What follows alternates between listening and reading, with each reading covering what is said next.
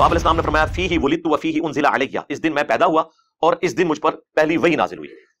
تو نبی علیہ السلام اپنی پیدائش کی خوشی اور قرآن کے نزول کی خوشی اکٹھی مناتے تھے، ہر سال نہیں، ہر مہینے نہیں، ہر ویک میں منڈے والے دن پیر کا روزہ رکھ کر۔ جو اس مروجہ طریقے کو نہ لے کے چلے اسے کہتے ہیں یہ گستاخ ہے۔ ہم کہتے ہیں کہ یہ گستاخی کا فتویٰ ہے تو پھر خلفائے راشدین پہ بھی لگاؤ۔ اس طریقے سے اگر میلاد منانا ہے، اور ہمیں بتاؤ کہ مولا علی علیہ السلام جب 5 سال تک کوفے میں رہے، جو تینوں خلفاء کے ساتھ رہے، کوئی حدیث چھپی ہوئی تھی تو ان کو تو پتہ چل گئی ہوگی، تو کوفے کی جامع مسجد میں ہر سال جو محفل میلاد ہوتی تھی اس میں نعت کون پڑھتا تھا، اس میں تلاوت کون کرتا تھا، اور جلوس کی قیادت کون کرتا تھا، اور عمار بن یاسر کی کس سبیل کے اوپر ڈیوٹی ہوتی تھی، اور حضرت حسن و حسین جو ہے وہ کون سا لنگر اس وقت تقسیم کرتے تھے۔ جب ہم یہ باتیں کرتے ہیں کہتے ہیں ایک نہیں گلا کر رہے ہیں، ظاہر ہے بھی جب آپ دلائل لے کے چل رہے ہیں تو پھر ہم آپ سے کہیں گے کہ پھر معاملہ وہاں سے سٹارٹ کریں جہاں سے شروع ہوا۔ اگر وہاں نہیں ہوا تو آپ ہم پہ گستاخی کے فتوے لگا رہے ہیں۔ وہ کہتے ہیں جی چھوڑ دیں ساری باتیں، 12 ربیع الاول کا دن ہے، 2 گھر ہیں، ایک گھر میں جھنڈیاں لگی ہیں اور نعتوں کی آواز آ رہی ہے، اور دوسرے گھر میں ٹی وی لگا ہوا ہے، لوگ اپنے اپنے کاموں میں ہیں، بتائیں عاشق رسول کون ہے؟ تو سارے کام آدمی تو کہے گا کہ وہی عاشق رسول ہے جو 12 ربیع الاول والے دن جھنڈیاں لگائے ہوئے ہیں، اور دوسرا جو ہے اس کو تو خوشی نہیں ہے، وہ کہتے ہیں پھر ہم صحیح تو کہتے ہیں سوائے ابلیس کے جہاں میں سبھی تو خوشیاں منا رہے ہیں۔ ہم کہتے ہیں رکو ذرا، صبر کرو، 12 ربیع الاول سے بھی 2 مہینے پہلے 10 محرم کا ایک دن آیا تھا، ایک گھر سے مجلس میں آہو بکا کی آوازیں آ رہی تھیں اور لوگ اہل البیت پہ کیے ہوئے ظلم کو یاد کر کے رو رہے تھے، اور دوسرے گھر میں کچھ بھی نہیں ہو رہا تھا۔ اس وقت یہ جو دوسرے والا گھر ہے نا، یہ تمہارا بریلویوں کا گھر تھا اور وہ شیعہ کا گھر تھا۔ آپ بتاؤ اہل بیت کے عاشق شیعہ ہوئے یا بریلوی ہوئے؟ کہتے ہیں نہیں نہیں، اس کا یہ مطلب تو نہیں کہ ہم اسے کو بغض رکھتے ہیں، یہ ثابت نہیں ہے۔ تو سرکار او بھی ثابت نہیں ہے، آئے انہوں داڑھ تھلے، ہاں یہ داڑھ سے کہتے ہیں، کئی لوگ مجھے داڑھ کیوں دی، یہ جناب جو آخر میں جو داڑھ ہے نا، ہاں یہ داڑھ کا لفظ نبی اسلام نے بھی یوز کیا ہے، ابو داؤد، ترمذی، ابن ماجہ میں۔ میرے بعد تم بہت اختلاف دیکھو گے، اس وقت علیکم بسنتی و سنت الخلفاء الراشدین المہدیین، تم میری سنت اور میرے خلفاء راشدین کی سنت کو لازم پکڑ لینا اور اپنی داڑھوں سے اسے پکڑ لینا۔ ہم نے سنت بھی داڑھوں سے پکڑی ہے اور ان کے باغوں کو بھی داڑھوں کے نیچے لے کے، وہ کسی اور نیت میں پکڑی ہے، کسی اور نیت میں، الحمدللہ۔ لیکن یہ گرین پگڑی کی وجہ سے ایک عام بندے کو تھوڑا سوچنے کا موقع ملتا ہے کہ اگر کوئی شخص اس لیول تک تھنک آؤٹ آف باکس کرتا ہے کہ ایک خاص فرقے کی نشانی جو سمجھی جاتی ہے بریلوی مکتب کی، وہ اسے اڈاپٹ کرنے میں کوئی تردد محسوس نہیں کرتا، تو اس کی باقی باتیں بھی غور سے سنی جائیں کتاب و سنت کے دلائل کی روشنی میں کہ وہ کیا بات کر رہا ہے۔ تو جامعہ ترمذی کے اندر حدیث موجود ہے، دلائل النبوہ کے اندر موجود ہے کہ نبی علیہ السلام عام الفیل والے سال، جس سال ابراہ کے لشکر کو، ہاتھیوں والے لشکر کو اللہ تعالیٰ نے معجزانہ طور پر تباہ و برباد کیا، اور بیسیکلی یہ اللہ تعالیٰ نے اس سال کو یادگار بنایا اس لیے تھا کہ اس سال نبی علیہ السلام کی پیدائش ہونی تھی۔ ایک بہت بڑا واقعہ تھا، انسانی ہسٹری کا سب سے بڑا واقعہ، رسول اللہ کا دنیا میں تشریف لانا صلی اللہ علیہ وآلہ وسلم۔ المستدرک للحاکم میں یہ حدیث موجود ہے، المعجم الکبیر طبرانی میں بھی، کہ نبی علیہ السلام نے فرمایا کہ اللہ تعالیٰ میری امت کو کبھی بھی گمراہی پر جمع نہیں ہونے دے گا، جماعت پہ اللہ کا ہاتھ ہے۔ جماعت سے مراد یہ پارٹیاں نہیں، یعنی پوری امت جس چیز کو صحیح سمجھ رہی ہوگی وہ درست ہوگی۔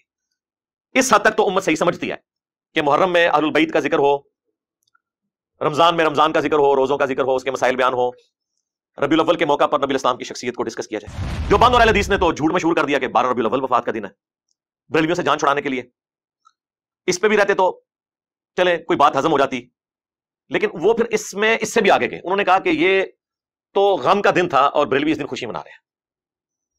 اچھا ادھر تو یہ بات کرتے ہیں، جب ہم 10 محرم کے اوپر اہل البیت کا ذکر کریں تو کہتے ہیں نہیں سوگ تو 3 دن ہوتا ہے، غم منانے کی ضرورت ہی نہیں ہے، کسی کی جگہ دیکھ لو وہ یار۔ تو ایک طرف آپ کہتے ہیں غم منانے کی ضرورت نہیں ہے، دوسری جگہ آپ کہتے ہیں یہ تو غم کا دن ہے، اور وہ عجیب سا ایک بڑا دردناک سا میسج بھی وہ فلوٹ کرواتے ہیں جی کہ اس دن مدینے کی گلیوں میں جو ہے وہ غم کی کیفیت تھی صحابہ کرام پہ، اور یہ دیکھو یہ جھنڈیاں لگا رہے ہیں۔ پہلی بات ہے کہ تمہارے کس بندے نے، کس روحانی ابے نے تمہیں یہ پڑھایا کہ نبی علیہ السلام 12 ربیع الاول کو فوت ہوئے ہیں؟ یہ دنیا کی کس کتاب میں لکھا ہوا ہے؟ اس کتاب کا ذرا ہمیں نام بتا دیں، کس حدیث کی کتاب میں، کس سیرت کی کتاب میں یہ بات لکھی ہوئی ہے؟ جھوٹ بولا، اور میں نے بخاری اور مسلم سے ثابت کیا ہے کہ نبی علیہ السلام 12 ربیع الاول کو فوت نہیں ہوئے۔ فالذین آمنوا بہ، پس جو بھی پھر اس نبی پر ایمان لے کر آئے، وعزروہ، اور ان کی عزت کرے، ونصروہ، اور ان کی مدد کرے، واتبعوا النور الذی انزل معہ، اور پیروی کرے اس نور کی جو ان کے ساتھ نازل ہوا، یعنی قرآن، اولئک هم المفلحون، تو ایسے ہی لوگ ہوں گے پھر فلاح پانے والے۔ یعنی اہل ایمان کی رسپانسبلٹی ہے سب سے پہلے کہ نبی الاسلام کی عزت کرنی ہے، اس کے بعد ان کی مدد کرنی ہے دین کے معاملے میں۔ ظاہر نبی الاسلام تو اللہ کے ریپرزینٹیٹو بن کے آئے نا اس پلانٹ ارتھ پہ، اور اس کے بعد جو ان کے ساتھ کتاب نازل ہوئی ہے اس کی پیروی کرنی ہے، تب آپ ہوں گے کامیاب۔ یہ ہے میلاد کا مقصد منانے کا، کہ نبی الاسلام کے مشن کو آپ نے آگے لے کر چلنا ہے۔ جو کام آج سے 800 سال پہلے اور رسول اللہ کی وفات کے 600 سال بعد شروع ہو، اس کام کو اس طریقے سے نہ کرنے والا گستاخ رسول کیسے ہو سکتا ہے؟ اور اس پر آپ یہ کیسے شعر پڑھ سکتے ہیں کہ سوائے ابلیس کے جہاں میں سبھی تو خوشیاں منا رہے ہیں؟ ویسے تو کہتے ہیں ہم اسے مستحب سمجھتے ہیں، لیکن اس کے ساتھ ایمان جوڑ دیا ہوا ہے، جو چیز شروع 600 سال بعد ہوئی، اور یہ 7ویں صدی ہجری مسلمانوں پہ افطار بن کے ٹوٹی۔ سنیوں نے تو مسلمانوں پہ یہ ظلم کیا کہ مروجہ طریقہ یہ شروع کیا. شیعہ نے یہ ظلم کیا کہ ایک فاطمی بادشاہ تھا شیعہ کا، سلطان قلاوون، اس نے ایک منت مانی تھی کہ میرا اگر یہ کام ہو گیا تو میں قبر رسول پہ جا کے گنبد رکھ دوں گا.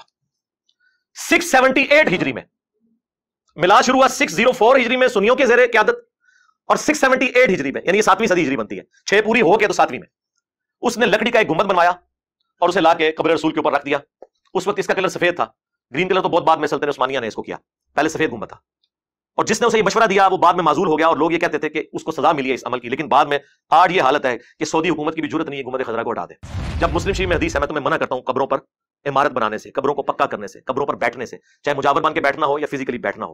اس کے ہوتے ہوئے کس کی جرت تھی کہ وہ قبر رسول کے اوپر کوئی اس طرح کی عمارت کھڑی کرتا؟ 80 ہجری کے اندر جب ہزاروں صحابہ زندہ تھے، عبد الملک بن مروان بنو امیہ کا جو بادشاہ تھا، اس نے یہ ڈوم آف دا راک بنوایا، جس چٹان سے نبی الاسلام معراج پہ تشریف لے گئے، قبۃ الصخرہ اسے کہتے ہیں.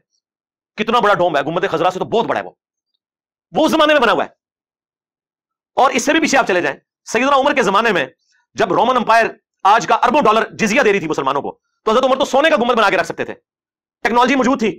آیا صوفیہ نبی الاسلام کی پیدائش سے بھی کئی سو سال پہلے کا ہے، جو یہ استنبول میں، اس کا ذرا گنبد دیکھیں، گنبد خضرا جیسے درجنوں گنبد اس میں سے نکلتے ہیں. تو ٹیکنالوجی موجود تھی، لیکن صحابہ کرام کو پتا تھا کہ نبی الاسلام کی قبر مبارک پہ اس طریقے سے عمارت نہیں بنائی جا سکتی. اب وہ گنبد بنا بعد میں ہے، اور آج اس لیول پہ جو بندہ اس کے بارے میں بولے اسے گستاخ رسول کہتے ہیں. پھر وہ کہتے ہیں دیکھیں قرآن میں آیا وَأَمَّا بِنِعْمَةِ رَبِّكَ فَحَدِّثْ، اپنے رب کی نعمتوں کا خوب چرچا کرو. تو رسول اللہ سے بڑی کون سی نعمت ہے؟ اس لیے ہم پھر نہ چرچا کرنے کے لیے روڈوں پہ نکلتے ہیں، روڈیں بلاک کرتے ہیں تاکہ مریض جو ہے وہ ہاسپٹل نہ پہنچ سکے، بچے اسکولوں اور کالجز تک نہ پہنچ سکے. ظاہر ہے یہی کچھ ہی ہو رہا ہوتا ہے نا. آپ ذرا پنڈے چلے جائیں، پورا ربیع الاول کا مہینہ انہوں نے جلوس نکالنے ہوتے ہیں، ہر روز کوئی نہ کوئی سڑکیں بلاک کی ہوئی ہوتی ہے انہوں نے. بھائی چاہے 12 ربیع الاول کا جلوس ہو، چاہے 10 محرم کا جلوس ہو، چاہے وہ دیوبندیوں کا 1 محرم کا جلوس ہو، یہ سب کے سب کنٹرول انوائرمنٹ میں ہونے چاہیے. روڈز کو بلاک کرنا، رسول اللہ آج دنیا میں تشریف لے آئے بفرض محال، تو آپ علیہ السلام اس چیز کو پسند فرمائیں گے کہ آپ لوگوں کو تکلیف دے کے یہ سارے اعمال کر رہے ہو؟ یہ بالکل غلط لی لیتے ہیں. بالکل صحیح حدیث ہے، نبی علیہ السلام نے فرمایا میں اللہ کے ہاں اس وقت بھی خاتم النبیین لکھا ہوا تھا جب آدم علیہ السلام ابھی مٹی اور پانی کے درمیان تھے. میں دعائے ابراہیم ہوں، میں عیسیٰ کی بشارت ہوں، میں اپنی والدہ کا وہ خواب ہوں جو انہوں نے پیدائش کے وقت دیکھا کہ ان کے لیے ایک روشنی ظاہر ہوئی جس کی وجہ سے شام کے محلات بھی ان پر روشن ہو گئے. وہ کہتے ہیں اس سے لائٹنگ ثابت ہوتی ہے. نبی علیہ السلام کی والدہ محترمہ کو اللہ تعالیٰ نے یہ بشارت دی تھی کہ آپ سے وہ بچہ پیدا ہوگا کہ جس کا دین، جس کی حکومت بالآخر اس وقت کی سب سے بڑی سپر پاور رومن امپائر کو بھی سپر سیڈ کر جائے گی. یہ ایک بشارت تھی.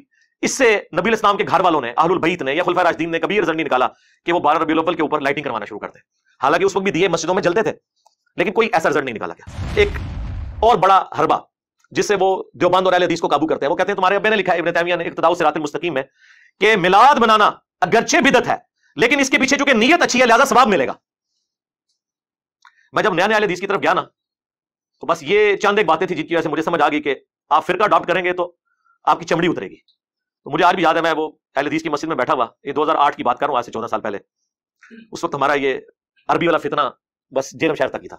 میرے پاس کچھ بریلوی آ گئے اور انہوں نے کہا کہ یہ دیکھیں آپ کے ابن تیمیہ لکھے. میں نے کہا میرا کون سا ابن تیمیہ؟ بھائی ہمارا تو امام وہ ہے جس کی قبر مدینے میں ہے صلی اللہ علیہ وسلم. اچھا وہ ایکسپیکٹ کر رہے تھے کہ یہ باطل تعویلات کرے گا اور اس طرح کرے گا. میں نے کہا یار غلط لکھا اس نے. بدعت اگر کسی چیز کو آپ کہتے ہیں اس کے بعد آپ اس کی حسن نیت پہ ثواب کی بشارت نہیں کہہ سکتے، کیونکہ نبی علیہ السلام نے فرمایا کل بدعۃ ضلالہ وکل ضلالۃ فی النار. الحمدللہ رب العالمین والصلاة والسلام علی سید الانبیاء والمرسلین وعلی آلہ واصحابہ وازواجہ وامتہ اجمعین الی یوم الدین. الحمدللہ آج 2 اکتوبر 2022 کو سنڈے کے دن بمطابق 5 ربیع الاول 1444 ہجری میں ہمارا یہ پبلک سیشن نمبر 62 انشاءاللہ منعقد ہونے جا رہا ہے. آپ کے سوالات ریئل ٹائم یہ پرچوں کی شکل میں میرے پاس آ چکے ہیں، لیکن انہیں ہم بعد میں ڈسکس کریں گے چونکہ ربیع الاول کا مہینہ شروع ہو چکا ہے. لہٰذا میں نے سوچا کہ ایک چھوٹی سی محفل میلاد یہاں پہ بھی ہو جائے، اس حوالے سے کہ جو چیزیں اس کے ساتھ جڑی ہوئی ہیں اور مسلمانوں کے بنیادی عقائد ہیں جن کی وجہ سے مسلمانوں میں اس لیول کی فرقہ واریت ہے کہ لوگ ایک دوسرے کے اوپر فتوے لگاتے ہیں، تو اس کانٹیکسٹ میں جتنی موٹی موٹی چیزیں ہیں 20-25 کے قریب میں انہیں مختصر ڈسکس کر لوں تاکہ ایز اے نالج آپ کے پاس وہ چیزیں جمع ہو جائیں. سب سے پہلے تو بعض لوگوں کے لیے بڑا شاکنگ ہوگا کہ میں نے گرین پگڑی کیوں پہنی ہے. گرین پگڑی سے تو ہمیں کبھی بھی کوئی اختلاف نہیں رہا قرآن و سنت کی دلائل کی روشنی کے اندر. البتہ یہ بات ضرور ہے کہ نبی الاسلام سے صرف گرین کلر کے کپڑے پہننا ثابت ہے. ابو داؤد کے اندر، ترمذی کے اندر حدیث موجود ہے کہ نبی صلی اللہ علیہ وآلہ وسلم نے 2 سبز چادریں لباس کے طور پر استعمال کی، ایک تہبند کے طور پر اور دوسری اوپر چادر کے طور پر، کرتے کا ایکویلنٹ. یعنی جو احرام کا لباس ہے یہ نبی الاسلام کا عمومی لباس بھی ہوا کرتا تھا. تو یہ تو اصل ہے اس حوالے سے. باقی قرآن میں تو آپ کو پتا ہے کہ جنتیوں کا جو لباس ہے وہ گرین کلر کا ہوگا، سبز رنگ کا. اللہ تعالیٰ کو بھی سبز رنگ پسند ہے، جس کا ثبوت جو ہے وہ یہ ساری زمین میں پھیلی ہوئی گرینری ہے درختوں کی شکل میں. تو چونکہ کچھ عرصہ تک یہ ایک جماعت کا لیبل رہا، برانڈ کے طور پر رہا، اس لیے ہم نے کوشش کی کہ اسے اوائڈ کیا جائے. اب چونکہ وہ اس سے دستبردار ہو چکے ہیں اس لیول تک کہ وہ اب دوبارہ گرین پگڑی نہ پہنتے ہیں نہ اس کا نام لیتے ہیں. اس کے پیچھے بھی ایک پولیٹیکل ریزن ہے کہ ایسا انہوں نے کیوں کیا، وہ میں آج ڈسکس نہیں کروں گا، آلریڈی میں نے اس کے اوپر کافی دفعہ گفتگو کی ہے. بہرحال گرین کلر کی پگڑی نبی الاسلام سے اگرچہ ثابت نہیں کسی صحیح سند کے ساتھ، لیکن چونکہ ایز اے لباس ثابت ہے تو لباس جس رنگ کی ممانعت نہ آئی ہوئی ہو اس کلر کا لباس پہننا یا پگڑی پہن لینا یا رومال پہن لینا. اب لال رومال بھی تو کسی حدیث میں نہیں آیا ہوا تو ہم نے کبھی اس پہ بھی اعتراض نہیں کیا. ہاں وہ ہم ان کی نشانی کے طور پہ انہیں ضرور ڈسکس کرتے ہیں، یہ نہیں کہتے کہ لال رومال پہننا جو ہے وہ غلط ہے، ایسا نہیں ہے. نبی الاسلام کا جو عمومی عمل ہے وہ 2 کلر کی پگڑی ہے، اس میں بھی زیادہ تر بلیک ہی ملتی ہے. صحیح مسلم کے اندر کہ نبی الاسلام جو ہے وہ جمعے کے موقع کے اوپر کالی پگڑی استعمال کیا کرتے تھے. کالی ذرا کمفرٹیبل بھی رہتی ہے، جلدی میلی نہیں ہوتی، اس لیے آپ دیکھتے ہیں کہ جھنڈے بھی عموماً کالے رنگ کے بنائے جاتے تھے. سفید پگڑی بھی ثابت ہے المستدرک للحاکم کے اندر. عبد الرحمن بن عوف رضی اللہ تعالیٰ عنہ کو نبی الاسلام نے اپنے مبارک ہاتھوں سے سفید کلر کی پگڑی باندھی، کالی اتار لی ان کی، اس کی جگہ سفید باندھی، اور 1 چپے کے برابر شملہ جو ہے نا وہ چھوڑا. یہ جس طرح میں نے چھوڑا ہوا ہے اتنا بھی کافی ہے، یہ بھی ساتھ چھوڑنا، 2 شملے چھوڑنا، یہ ہر طرح سے ثابت ہے. بس یہ ہے کہ شملہ جو ہے وہ جسے صدل بھی کہتے ہیں عربی کے اندر، یہ ایک سنت ہے. نبی صلی اللہ علیہ وآلہ وسلم نے اسے سنت کے طور پر تعلیم فرمایا. باقی جو کلرز ہیں، زرد کلر ہو گیا، ریڈ کلر ہو گیا، اور مختلف کلرز آپ کو دعوت اسلامی والوں کے نظر آ رہے ہیں، ٹھیک ہے، سب جو ہے وہ جواز کی حد تک درست ہے، ان میں کوئی ممانعت والا مسئلہ نہیں ہے. ممانعت اس وقت ہوتی ہے جب آپ ایک فرقے کی علامت کے طور پر اسے پیش کرتے ہیں. اب تو کوئی ایسی فرقے کی علامت کے طور پر نہیں ہے، اور وہ بھی ہم اسے کنڈیم کرتے ہیں. یہ نہیں کہتے کہ اگر کالی پگڑی یا سفید پگڑی کسی نے نشانی کے طور پر بنا لی ہے تو ہم وہ پہننا چھوڑ دیں گے.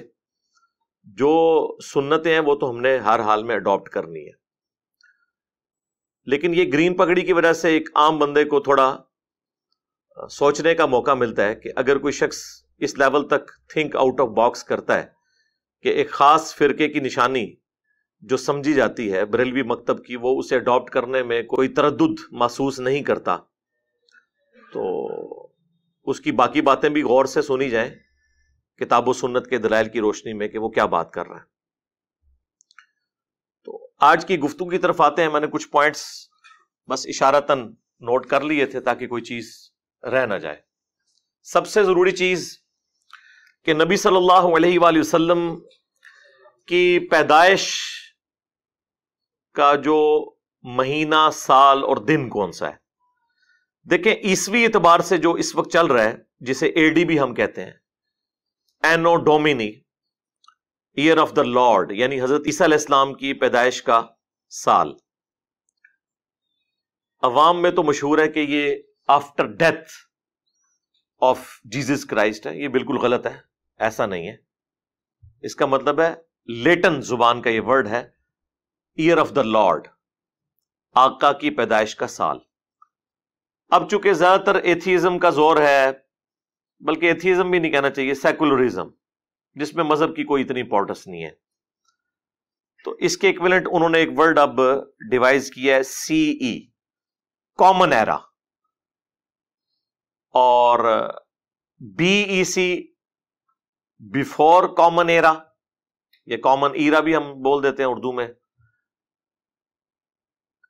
ویسے جو شروع سے چل رہا تھا وہ اے ڈی اور بی سی تھا، بیفور کرائسٹ اور اے ڈی اینو ڈومینی، یعنی جس سال حضرت عیسیٰ پیدا ہوئے۔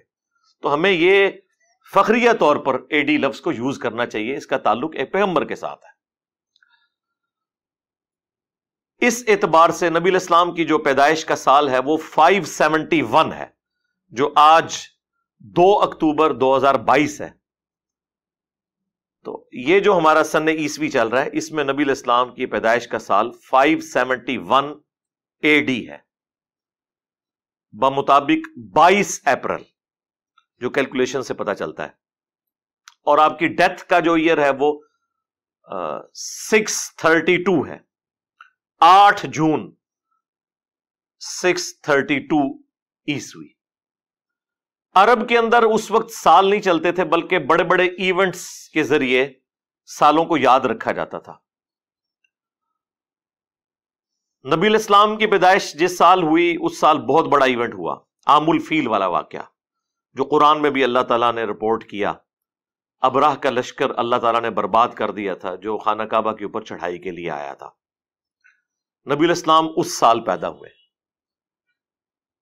تو عرب کے لوگ کسی کی پیدائش کو یاد رکھنے کے لیے کوئی بڑا ایونٹ یاد رکھتے تھے، اور پھر وہ کہتے تھے کہ فلاں شخص اس سال پیدا ہوا، یا اس سے اتنے سال پہلے پیدا ہوا، یا اس سے اتنے سال بعد پیدا ہوا۔ جس طرح ہمارے پاکستان میں بھی میں سمجھتا ہوں 2005 کا جو زلزلہ ہے وہ ایک بہت بڑا بینچ مارک ہے، اس ایونٹ کے اعتبار سے لوگ بات کرتے ہیں۔ ہمارے جہلم شہر میں 1992 میں بہت بڑا سیلاب آیا تھا۔ اب کئی ایسے بچے ہیں جن کی مائیں جب ان کا تعارف کرواتی ہیں تو کہتی ہیں سیلاب والے سال پیدا ہوا، ایسی ظاہر ہے وہ بہت بڑا ایونٹ تھا جہلم کے لیے۔ ایون آج بھی میں آپ کو بتا رہا ہوں کہ یہ حوالے استعمال ہوتے ہیں۔ تو جامعہ ترمذی کے اندر حدیث موجود ہے، دلائل النبوہ کے اندر موجود ہے کہ نبی علیہ السلام عام الفیل والے سال، جس سال ابراہ کے لشکر کو، ہاتھیوں والے لشکر کو اللہ تعالیٰ نے معجزانہ طور پر تباہ و برباد کیا، اور بیسیکلی یہ اللہ تعالیٰ نے اس سال کو یادگار بنائے اس لیے تھا کہ اس سال نبی علیہ السلام کی پیدائش ہونی تھی۔ ایک بہت بڑا واقعہ تھا، انسانی ہسٹری کا سب سے بڑا واقعہ رسول اللہ کا دنیا میں تشریف لانا ہے صلی اللہ علیہ وآلہ وسلم۔ تو آپ صلی اللہ علیہ وآلہ وسلم اس سال پیدا ہوئے۔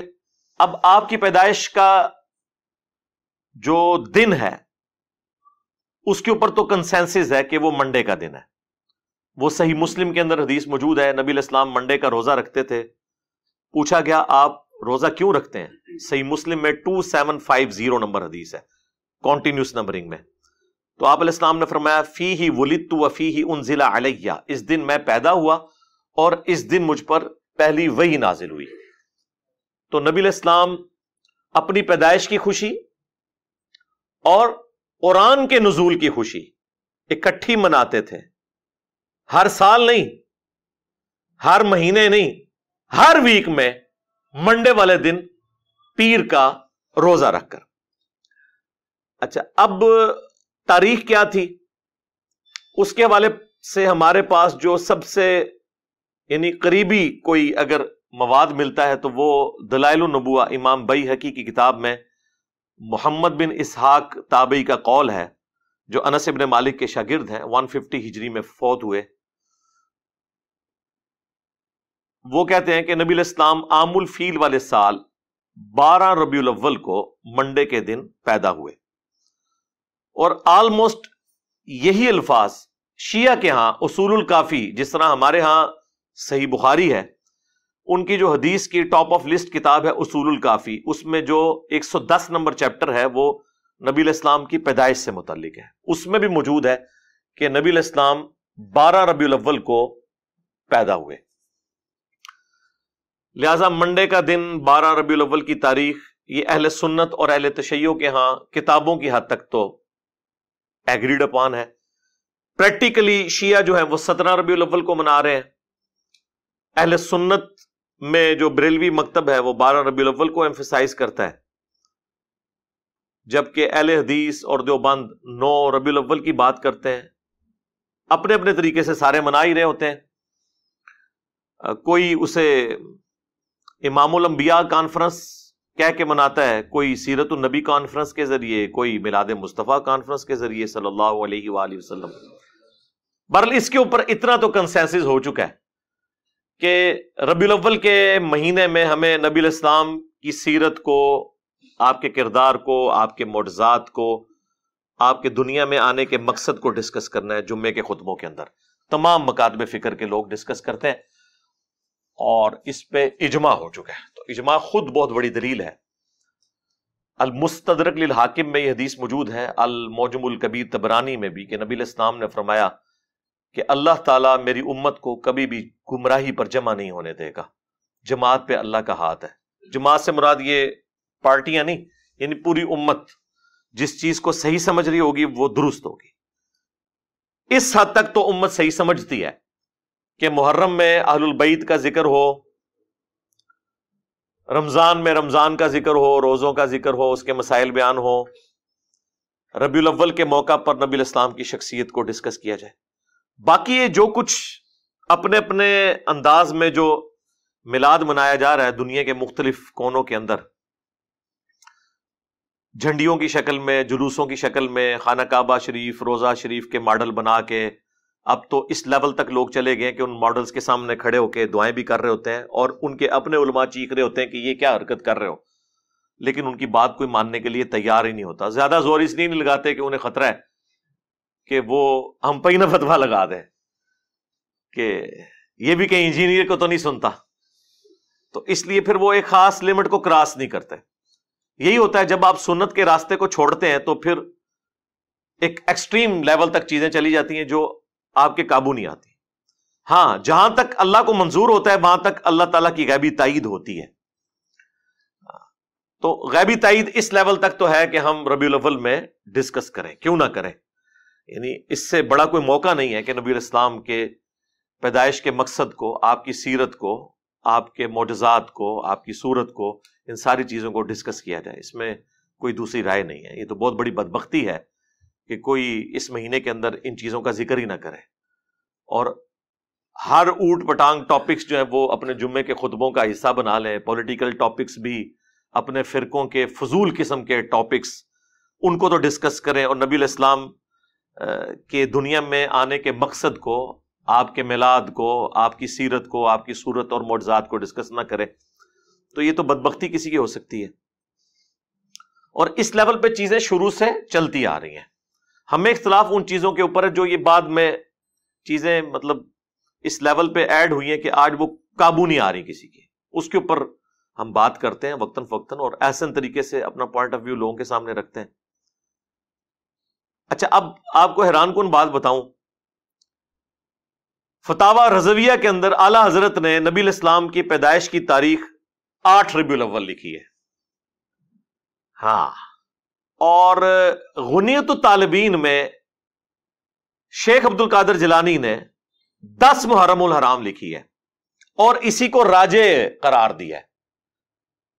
پیدائش کا مہینہ بھی فارغ ہو گیا اور تاریخ بھی فارغ ہو گئی محرم میں. اب ہمارا ایک معصومانہ سوال ہے کہ آپ لوگوں کا یہ دعویٰ ہے کہ جو اولیاء اللہ ہیں اور پھر آپ کلیم کیے ہوئے ہیں شیخ عبد القادر جیلانی کو اپنے بنائے ہوئے اولیاء میں سے. ہمارے جو اولیاء ہیں نا ان کے سردار تو خلفائے راشدین ہیں. آپ کے بنائے ہوئے اولیاء کا جو سردار ہے وہ تو پوری کائنات کو اس طرح اپنی ہتھیلی پہ دیکھ رہے ہیں جیسے رائی کا دانہ. ویسے رائی کا دانہ بھی ہتھیلی پہ اتنے غور سے نظر نہیں آتا بغیر اینک کے، پتہ نہیں کیسے دیکھتے ہوں گے وہ. تو یہ تو آج ہمیں سائنس بتا رہی ہے نا خوردبین کے ذریعے کہ کیا کچھ ہے اس چھوٹے سے دانے میں اور بیج میں. تو عبد القادر جیلانی کو اپنے نبی کی پیدائش کا نہ مہینہ پتہ لگا نہ تاریخ پتہ چلی. جو کہ حدیث کی کتابوں میں موجود تھی. دلائل النبوہ امام بیہقی کی لکھی ہوئی حدیث کی کتاب ہے. پھر سیرت میں جو سب سے اتھینٹک کتاب ہے محمد بن اسحاق کی، جس سے انہوں نے یہ روایت لی ہے، وہ دنیا میں موجود ہے. اسی کی تلخیص امام ابن ہشام نے کی. ابن اسحاق 150 ہجری میں فوت ہوئے، یہ 232 ہجری کے اندر. ابن ہشام، سیرت ابن ہشام بڑی مشہور ہے، وہ اسی کی تلخیص کی گئی. اب یہ اردو زبان میں بھی آ چکی ہوئی ہے. ان کے اندر یہ چیزیں موجود تھی، لیکن ان لوگوں کا علم غیب تو یہاں سے فارغ کرے نا، کہ ان کو تو پتہ ہی نہیں چلا.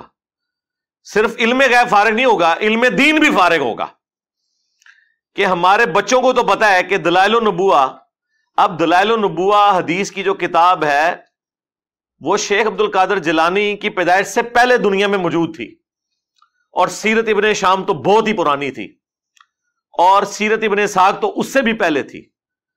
تو یہ تو کہتے ہیں وہ بہت بڑے عالم دین تھے، تو انہوں نے یہ حدیث کی کتابیں نہیں پڑھی ہوئی تھی. اب ان کے پاس آخری اربا پتہ کیا ہوتا ہے؟ وہ ہو سکتا ہے جی یہ انہوں نے کتاب ہی نہ ہوئے.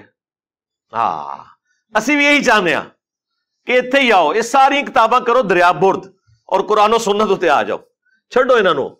لیکن کتابیں خالی فارغ نہیں ہوں گی. ہاں if there is no کشف al Mahjub there is no Ali bin Usman Hujwiri. if there is no Al Muhannad Al Mufannad there is no دیوبندیت. ہاں انہی کتابوں میں تو یہ فرقے کھڑے ہوئے ہیں. اگر یہ کتابیں فارغ ہوں گی تو یہ صرف کتابیں نہیں فارغ ہوں گی، اپنے اپنے بابے بھی نہ لے کے ڈبڑ گیاں. ہاں اسی لیے تو ان کتابوں کا دفاع کرتے ہیں. یہ انہیں پتا ہے کہ اگلا سٹیپ ہم سے انہوں نے یہ بنوانا ہے کہ اچھا کتاباں فارغ تھے، بابے بھی فارغ. حالانکہ بابے تو فارغ ہو گئے، انہیں کتاباں دی روشنی جی فارغ ہو گئے. یہ اس طرح کی چیزیں یعنی پبلک میں چونکہ چل رہی ہوتی ہیں، اس لیے میں نے اسے ڈسکس کیا. ڈاکٹر ذاکر نائک نے کئی سال پہلے ایک لیکچر دیا تھا، سملیرٹیز بٹوین ہندوازم اینڈ اسلام. اس میں انہوں نے ہندوؤں کی کتاب کلکی پرانا سے یہ ثابت کیا تھا کہ اس میں بھی جو آخری کلکی آئیں گے، آخری اوتار آئیں گے نبی صلی اللہ علیہ وآلہ وسلم، وہ بہار کے مہینے کے دوسرے عشرے کی دوسری تاریخ کو پیدا ہوں گے. اور ربیع الاول، ربیع جو ہے وہ بہار کو ہی کہا جاتا ہے، اس کا دوسرا عشرہ اور اس کی دوسری تاریخ 12 ربیع الاول ہی بنتی ہے. اب نبی الاسلام کی وفات کا دن دیوبند اور اہل حدیث نے تو جھوٹ مشہور کر دیا کہ 12 ربیع الاول وفات کا دن ہے، بریلویوں سے جان چھڑانے کے لیے. اس پہ بھی رہتے تو چلے کوئی بات ہضم ہو جاتی، لیکن وہ پھر اس سے بھی آگے گئے. انہوں نے کہا کہ یہ تو غم کا دن تھا اور بریلوی اس دن خوشی منا رہے ہیں. اچھا ادھر تو یہ بات کرتے ہیں، جب ہم 10 محرم کے اوپر اہل البیت کا ذکر کریں تو کہتے ہیں نہیں سوگ تو 3 دن ہوتا ہے، غم منانے کی ضرورت ہی نہیں ہے. کسی کی جگہ دیکھ لو وہ یارا. تو ایک طرف آپ کہتے ہیں غم منانے کی ضرورت نہیں ہے، دوسری جگہ آپ کہتے ہیں یہ تو غم کا دن ہے. اور وہ عجیب سا ایک بڑا دردناک سا میسج بھی وہ فلوٹ کرواتے ہیں جی کہ اس دن مدینے کی گلیوں میں جو ہے وہ غم کی کیفیت تھی صحابہ کرام پہ، اور یہ دیکھو یہ جھنڈیاں لگا رہے ہیں. پہلی بات ہے کہ تمہارے کس بندے نے، کس روحانی ابے نے تمہیں یہ پڑھایا کہ نبی علیہ السلام 12 ربیع الاول کو فوت ہوئے ہیں؟ یہ دنیا کی کس کتاب میں لکھا ہوا ہے؟ اس کتاب کا ذرا ہمیں نام بتا دیں. کس حدیث کی کتاب میں، کس سیرت کی کتاب میں یہ بات لکھی ہوئی ہے؟ جھوٹ بولا. اور میں نے بخاری اور مسلم سے ثابت کیا ہے کہ نبی علیہ السلام 12 ربیع الاول کو فوت نہیں ہوئے. بڑا سمپل سا فارمولہ ہے. میں نے اپنے زمانے بریلویت میں ایک ریسرچ پیپر لکھا تھا، وہ آج بھی ہماری ویب سائٹ پہ ریسرچ پیپر نمبر 12 کے نام سے اپلوڈڈ ہے. وہ اس لیے اپلوڈڈ ہے کہ وہ اس وقت بھی درست لکھا ہوا تھا، اس کا یہ والا حصہ آج تک ویلڈ ہے. نہ اس وقت کوئی وہابی جواب دے سکا اہل حدیث یا دیوبندی، نہ آج کوئی دے سکا. سمپل فارمولہ ہے. بخاری اور مسلم دونوں میں حدیث ہے کہ نبی صلی اللہ علیہ وآلہ وسلم کی ڈیتھ منڈے والے دن ہوئی. وہ جو پورا واقعہ ہے، حضرت ابوبکر صدیق نماز پڑھا رہے تھے تو نبی علیہ السلام نے حجرے کا پردہ ہٹایا، اور صحابہ کرام کہتے ہیں ہم شوق دیدار میں قریب تھا کہ نماز توڑ کر آپ کی طرف متوجہ ہوتے. کئی دن سے آپ کی زیارت نہیں ہوئی تھی، تو نبی علیہ السلام نے یوں اشارہ کیا اور کہا کہ اپنی نماز مکمل کرو، اور آپ واپس چلے گئے. اور اس حدیث کے اینڈ پہ الفاظ ہے کہ وہ منڈے کا دن تھا اور اسی دن پھر آپ چاشت کے وقت دنیا سے تشریف لے گئے. اس حدیث سے ثابت ہوا کہ نبی علیہ السلام منڈے والے دن فوت ہوئے. ربیع الاول کے اوپر بھی اجماع ہے کہ ربیع الاول میں آپ کی ڈیتھ ہوئی ہے. یہاں ہمیں یہ پتہ چل گیا کہ ربیع الاول میں نبی علیہ السلام کسی ایسے دن فوت ہوئے ہیں، اس تاریخ کا تو ہمیں نہیں پتا، لیکن وہ دن منڈے کا تھا. یہ ایک کانسٹینٹ آپ کو مل گیا. اب میں میتھمیٹیکلی اس کو ثابت کروں گا. دوسرا کانسٹینٹ جو ہے وہ بھی بخاری اور مسلم میں ہے کہ سیدنا عمر کے پاس ایک یہودی آ کے کہتا ہے کہ آپ کی کتاب میں ایک ایسی آیت ہے کہ ہم یہودیوں پر نازل ہوتی تو ہم اسے عید کا دن بنا لیتے. سیدنا عمر رضی اللہ تعالیٰ عنہ نے پوچھا وہ کون سی آیت ہے؟ تو اس نے کہا الیوم اکملت لکم دینکم واتممت علیکم نعمتی ورضیت لکم الاسلام دینا، جس میں اسلام کے مکمل ہونے کی، دین کے مکمل ہونے کی خوشخبری تھی. آج کے دن ہم نے تم پر تمہارا دین مکمل کر دیا اور اپنی نعمت تمام کر دی اور اسلام کو ایز اے ریلیجن تمہارے لیے پسند کیا. تو وہ یہودی کہنے لگا یہ تو آپ کے لیے عید کا دن ہونا چاہیے. تو حضرت عمر نے بڑا انٹلیکچوئل جواب دیا. انہوں نے کہا کہ ہمیں خوب معلوم ہے کہ یہ آیت کس موقع پر نازل ہوئی. وہ یوم عرفہ ہی کا دن تھا اور جمعے کا دن تھا، یعنی 9 ذوالحجہ جمعے کا دن تھا. نبی علیہ السلام اپنے پہلے اور آخری حج میں تھے 10 ہجری کے اندر. تو بیسیکلی حضرت عمر نے اسے یہ جواب دیا کہ بھائی جو تم کہہ رہے ہو نا عید کا دن، تو وہ جمعے کا ہی دن تھا اور یوم عرفہ کا دن تھا. یعنی اس دن اللہ نے ہمیں پہلے ہی 2 عیدیں دی ہوئی تھی. اور یہ جو میں فارم بیان کر رہا ہوں نا، یہ سیم الفاظ ابن عباس سے ثابت ہیں. جامعہ ترمذی میں حدیث موجود ہے. ابن عباس کو جب ایک یہودی آ کے یہی بات کرتا ہے تو وہ جواباً کہتے ہیں کہ اس دن تو اللہ نے ہمیں 2 عیدیں دی ہوئی تھی. 2 عیدوں کا لفظ ہے، ایک جمعے کا دن اور ایک یوم عرفہ. اچھا، اس سے پتا چلا یہ جو عید کے لفظ پہ بھی آپ جھگڑتے ہیں نا کہ جی عیدیں 2 ہی ہوتی ہیں. سرکار 52 عیدیں تو یہ ہو گئی، 52 جمعے تو سال میں آتے ہیں، اور یوم عرفہ 53. تو لغت میں اگر کوئی عید کے لیے ان عید میلاد النبی کہہ لیتا ہے تو یہ کوئی جھگڑے والی بات نہیں ہے. اصطلاحاً وہ بھی وہی والی عید ہی مانتے ہیں. 2 نماز وہ عید الفطر اور عید الاضحیٰ کے دن ہی پڑھتے ہیں. اس دن کوئی نماز نہیں ہو رہی ہوتی، بلکہ کئی لوگوں نے تو روزہ رکھا ہوا ہوتا ہے نا. تو پھر وہ اعتراض کر رہے ہوتے ہیں اچھا یہ عید کا دن ہے تو آپ لوگوں نے روزہ کیوں رکھا ہوا ہے؟ وہ کہتے ہیں جی آپ کو بتاتے ہیں، بخاری مسلم میں حدیث ہے کہ 10 محرم جو ہے وہ عید کا دن تھا یہودیوں کے لیے. حضرت موسیٰ علیہ السلام کو نجات ملی تھی تو وہ روزہ رکھتے تھے، تو نبی علیہ السلام نے کہا کہ تم بھی رکھا کرو. تو عید والے دن بھی روزہ رکھا جا سکتا ہے بشرطے کہ وہ عید وہ والی عید ہو. ہوں تجھے منہ اڑ کے بہ جاؤ. اس لیے چھوڑ دو یار، آپ لوگوں کو اندازہ نہیں ہے کہ اتنے آسان معاملات نہیں ہے کہ ان کو اس طریقے سے ٹیکل. ہاں، آپ اگر اپنے فرقے میں پوری زندگی رہے ہیں اور آپ کو دوسرے کے دلائل کا نہیں پتا، تو جس طرح سنیوں کو پتہ ہی نہیں تھا کہ اہل البیت پہ کیا افطار ٹوٹی ہے، وہ تو سمجھ رہے تھے یہ شیعہ پاگل ہیں جو یہ ماتم کر رہے ہیں. ٹھیک ہے، اب ان کا یہ حال ہے کہ وہ کہتے کہ یار یہ سانو ہی پیٹ رہے جے، ساڈے وڈیاں نو ہی پیٹتے پے جے تے صحیح پیٹتے پے جے. جب تک آپ کو نہیں پتا تو ظاہر آپ کو تو پتہ ہی نہیں کہ پرابلم کیا کھڑا ہوا ہے. تو اس لیے یہاں پہ بھی ان ایشوز کو اتنا آسان نہیں ہے. بال واپس آ جائیں تو اس حدیث بخاری اور مسلم کی جو میں نے بیان کی، اس سے پتا چلا کہ نبی علیہ السلام نے جس سال حج کیا ہے اس دن یوم عرفہ جمعے کے دن آیا تھا 9 ذوالحجہ. تو دیکھیں 9 ذوالحجہ جمعے کے دن، اس کے بعد ذوالحجہ کے بعد کون سا مہینہ آتا ہے؟ محرم، پھر سفر، اور پھر ربیع الاول. تو بیسیکلی تو 3 ہی مہینے انوالو ہوئے. یہ چوتھے کو بھی چلے بیچ میں شامل کر لیں. یہ جو 3 مہینے ہیں نا جن کے چاند دیکھے گئے ہیں وہ کون کون سے ہیں؟ محرم، سفر اور ربیع الاول. یہ تینوں مہینے 30 کے رکھ لیں، تینوں 29 کی رکھ لیں. حالانکہ 3 کٹھے 29 اور 30 کے نہیں ہوتے. 2 29 1 30 1 29 2 30 کوئی بھی کمبینیشن بنا لیں اور آپ گننا شروع کریں کہ 9 ذوالحجہ کو جمعہ تھا، 10 ذوالحجہ کو ہفتہ ہوا، یوں کرتے کرتے آپ ربیع الاول تک جب پہنچیں گے نا، اور چاروں جو پاسبل آپ کی بنتی ہیں کیلکولیشنز کہہ لیں یا آئٹریشنز پرفارم جو کرنی ہے وہ آپ کر لیں، تو آپ دیکھیں گے کسی کیلکولیشن میں بھی حیران کن بات ہے کہ 12 ربیع الاول منڈے والے دن نہیں بن رہی ہوگی، یا وہ جمعے والے دن بن رہی ہوگی، یا وہ ہفتے والے دن بن رہی ہوگی، یا اتوار کو بن رہی ہوگی، منڈے کو نہیں بن رہی، جبکہ بخاری مسلم سے ہمیں پتا چلا کہ وہ منڈے کا دن تھا، تو اس کا مطلب ہے کہ 12 تو نہیں تھا، اس کے علاوہ کوئی اور دن ہو سکتا ہے۔ یہ ریسرچ پیپر میں نے 2001 میں لکھا تھا، آج سے 21 سال پہلے، لکھ کے سارے وہابیوں کو بھیجا، چاہے وہ اہل حدیث تھے، دیوبندی تھے، کہ اس کا جواب دو۔ بڑے بڑے مدارس میں لوگ لے کے گئے، ایک ایک ہفتہ مانگا، لیکن آج 21 سال گزر چکے ہیں، جواب نہیں آیا۔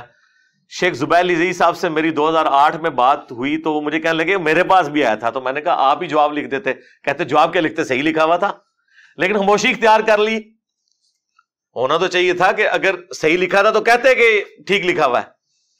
بہرحال انہوں نے جو اپنی کتاب فضائل درود و اسلام جو ترجمہ کیا انہوں نے فضل الصلاۃ علی النبی کا، قاضی اسماعیل کی کتاب کا، اس کے اینڈ پہ انہوں نے نبی الاسلام کی نا مختصر سی سیرت 2 صفحات کے اوپر لکھی ہے۔ اس پہ اینڈ پہ انہوں نے لکھا ہے کہ نبی الاسلام 11 ہجری میں منڈے کے دن ربیع الاول میں فوت ہوئے، 12 تاریخ نہیں لکھی، یعنی ان کو سمجھ آ گئی۔ اب آ جائیں جو لوگ مروجہ طریقے سے اس ایشو کو لے کے چل رہے ہیں، وہ یہ کہتے ہیں کہ جی اس کی اصل قرآن کے اندر موجود ہے۔ اللہ تعالیٰ نے سورہ یونس میں فرمایا قُلْ بِفَضْلِ اللَّهِ وَبِرَحْمَتِهِ فَبِذَلِكَ فَلْيَفْرَحُوا،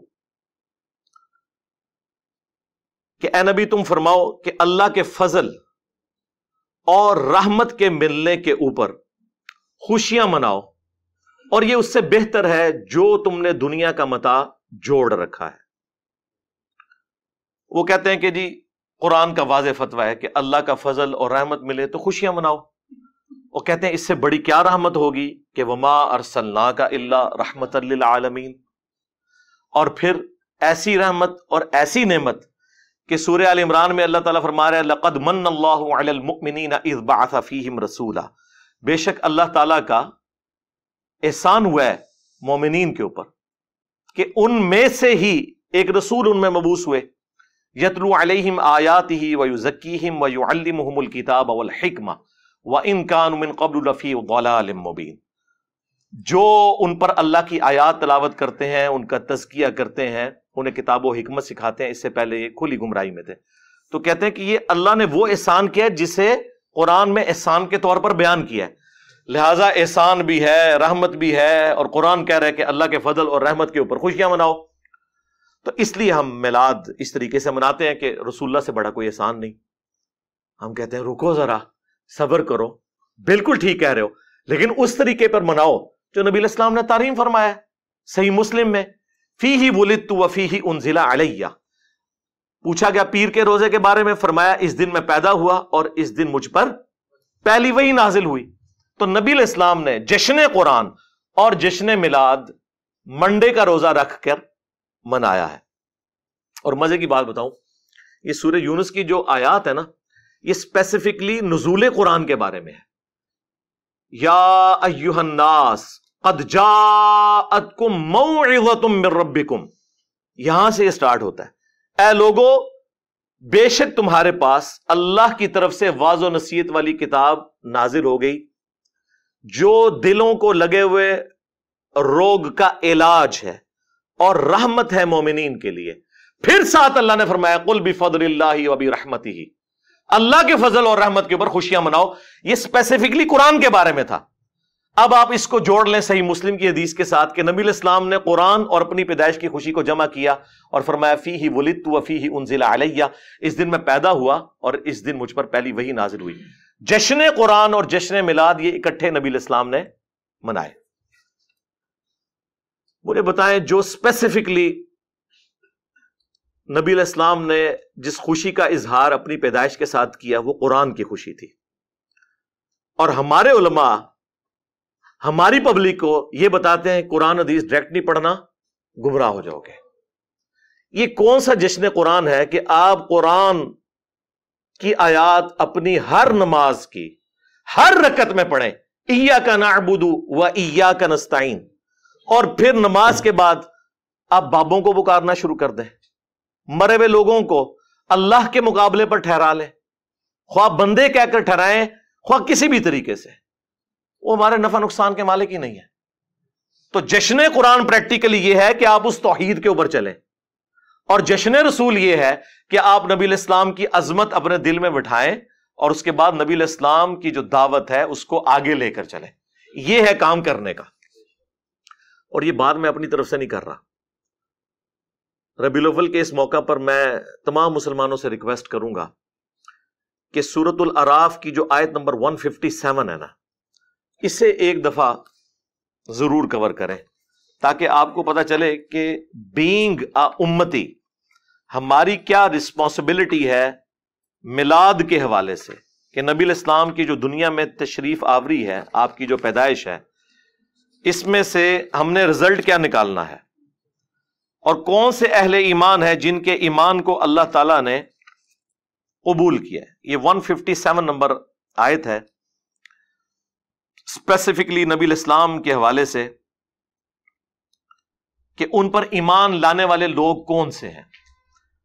الذین یتبعون الرسول النبی الامی، یہ وہ لوگ ہیں جو پیروی کرتے ہیں، اتباع کرتے ہیں نبی امی کی۔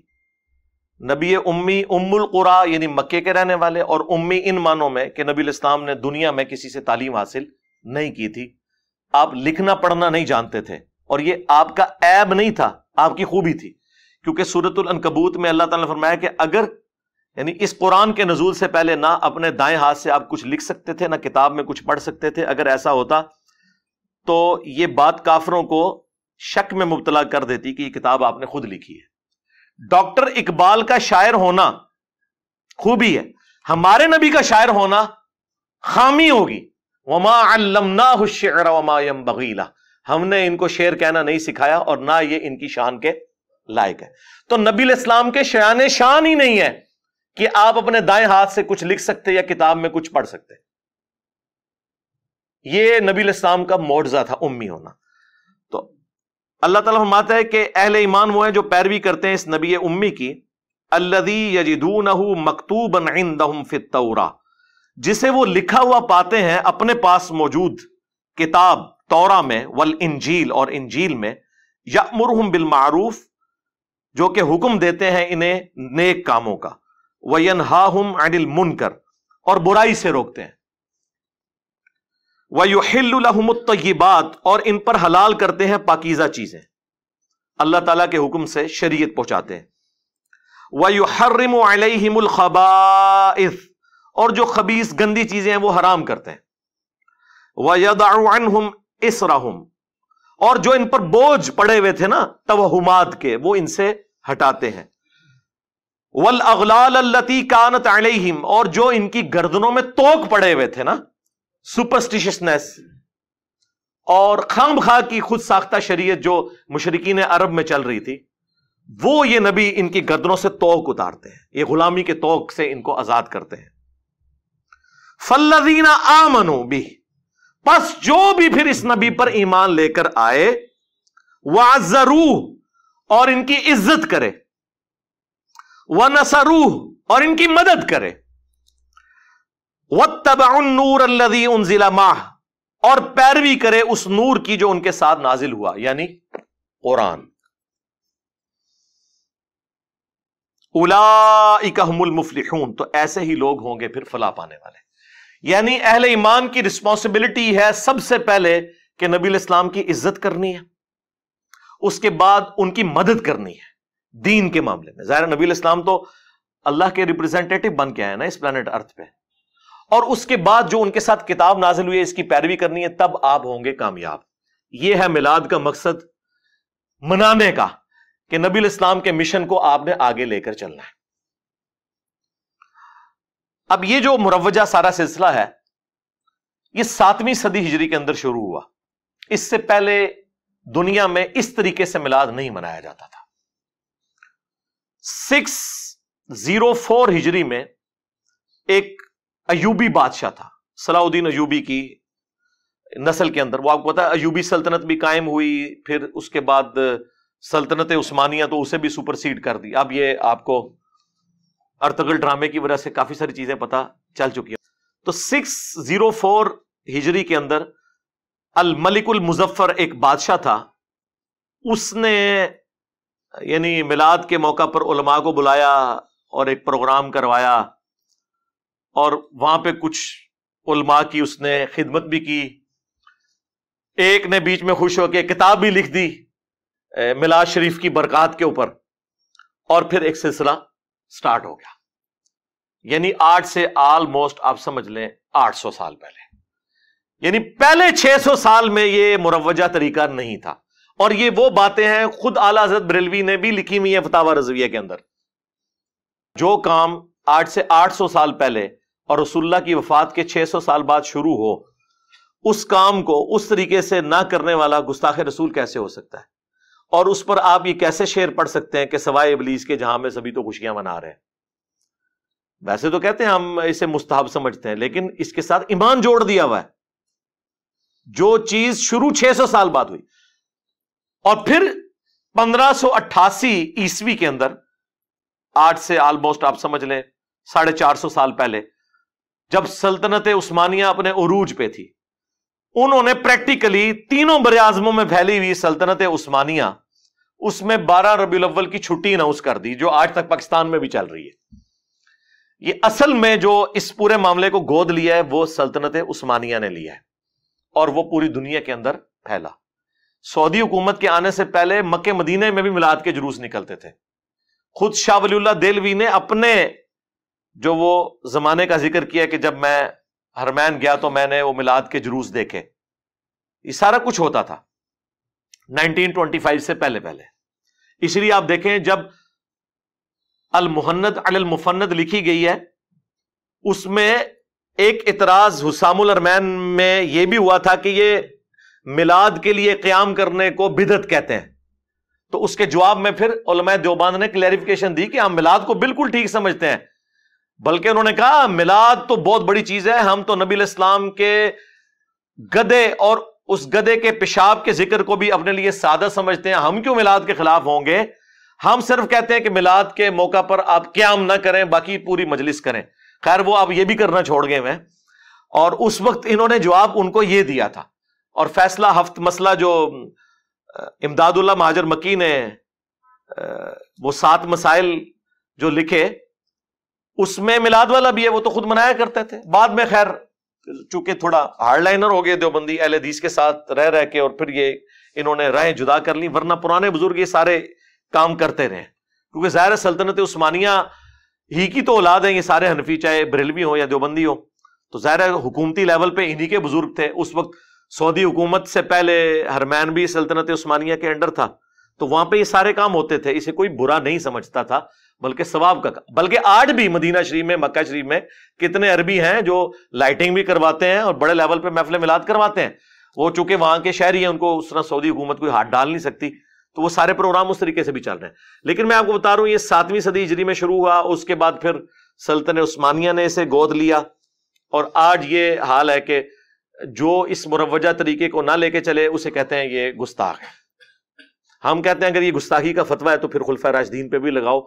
اس طریقے سے اگر میلاد منانا ہے، اور ہمیں بتاؤ کہ مولا علی علیہ السلام جب 5 سال تک کوفے میں رہے، جو تینوں خلفاء کے ساتھ رہے، کوئی حدیث چھپی ہوئی تھی تو ان کو تو پتہ چل گئی ہوگی. تو کوفے کی جامع مسجد میں ہر سال جو محفل میلاد ہوتی تھی، اس میں نعت کون پڑھتا تھا، اس میں تلاوت کون کرتا تھا، اور جلوس کی قیادت کون کرتا تھا، اور عمار ابن یاسر کی کس سبیل کے اوپر ڈیوٹی ہوتی تھی، اور حضرت حسن و حسین جو ہیں وہ کون سا لنگر اس وقت تقسیم کرتے تھے. جب ہم یہ باتیں کرتے ہیں تو کہتے ہیں ایک نہیں گلاں کر رہے ہیں. ظاہر ہے بھی جب آپ دلائل لے کے چل رہے ہیں تو پھر ہم آپ سے کہیں گے کہ پھر معاملہ وہاں سے سٹارٹ کریں جہاں سے شروع ہوا. اگر وہاں نہیں ہوا تو آپ ہم پہ گستاخی کے فتوے لگا رہے ہیں.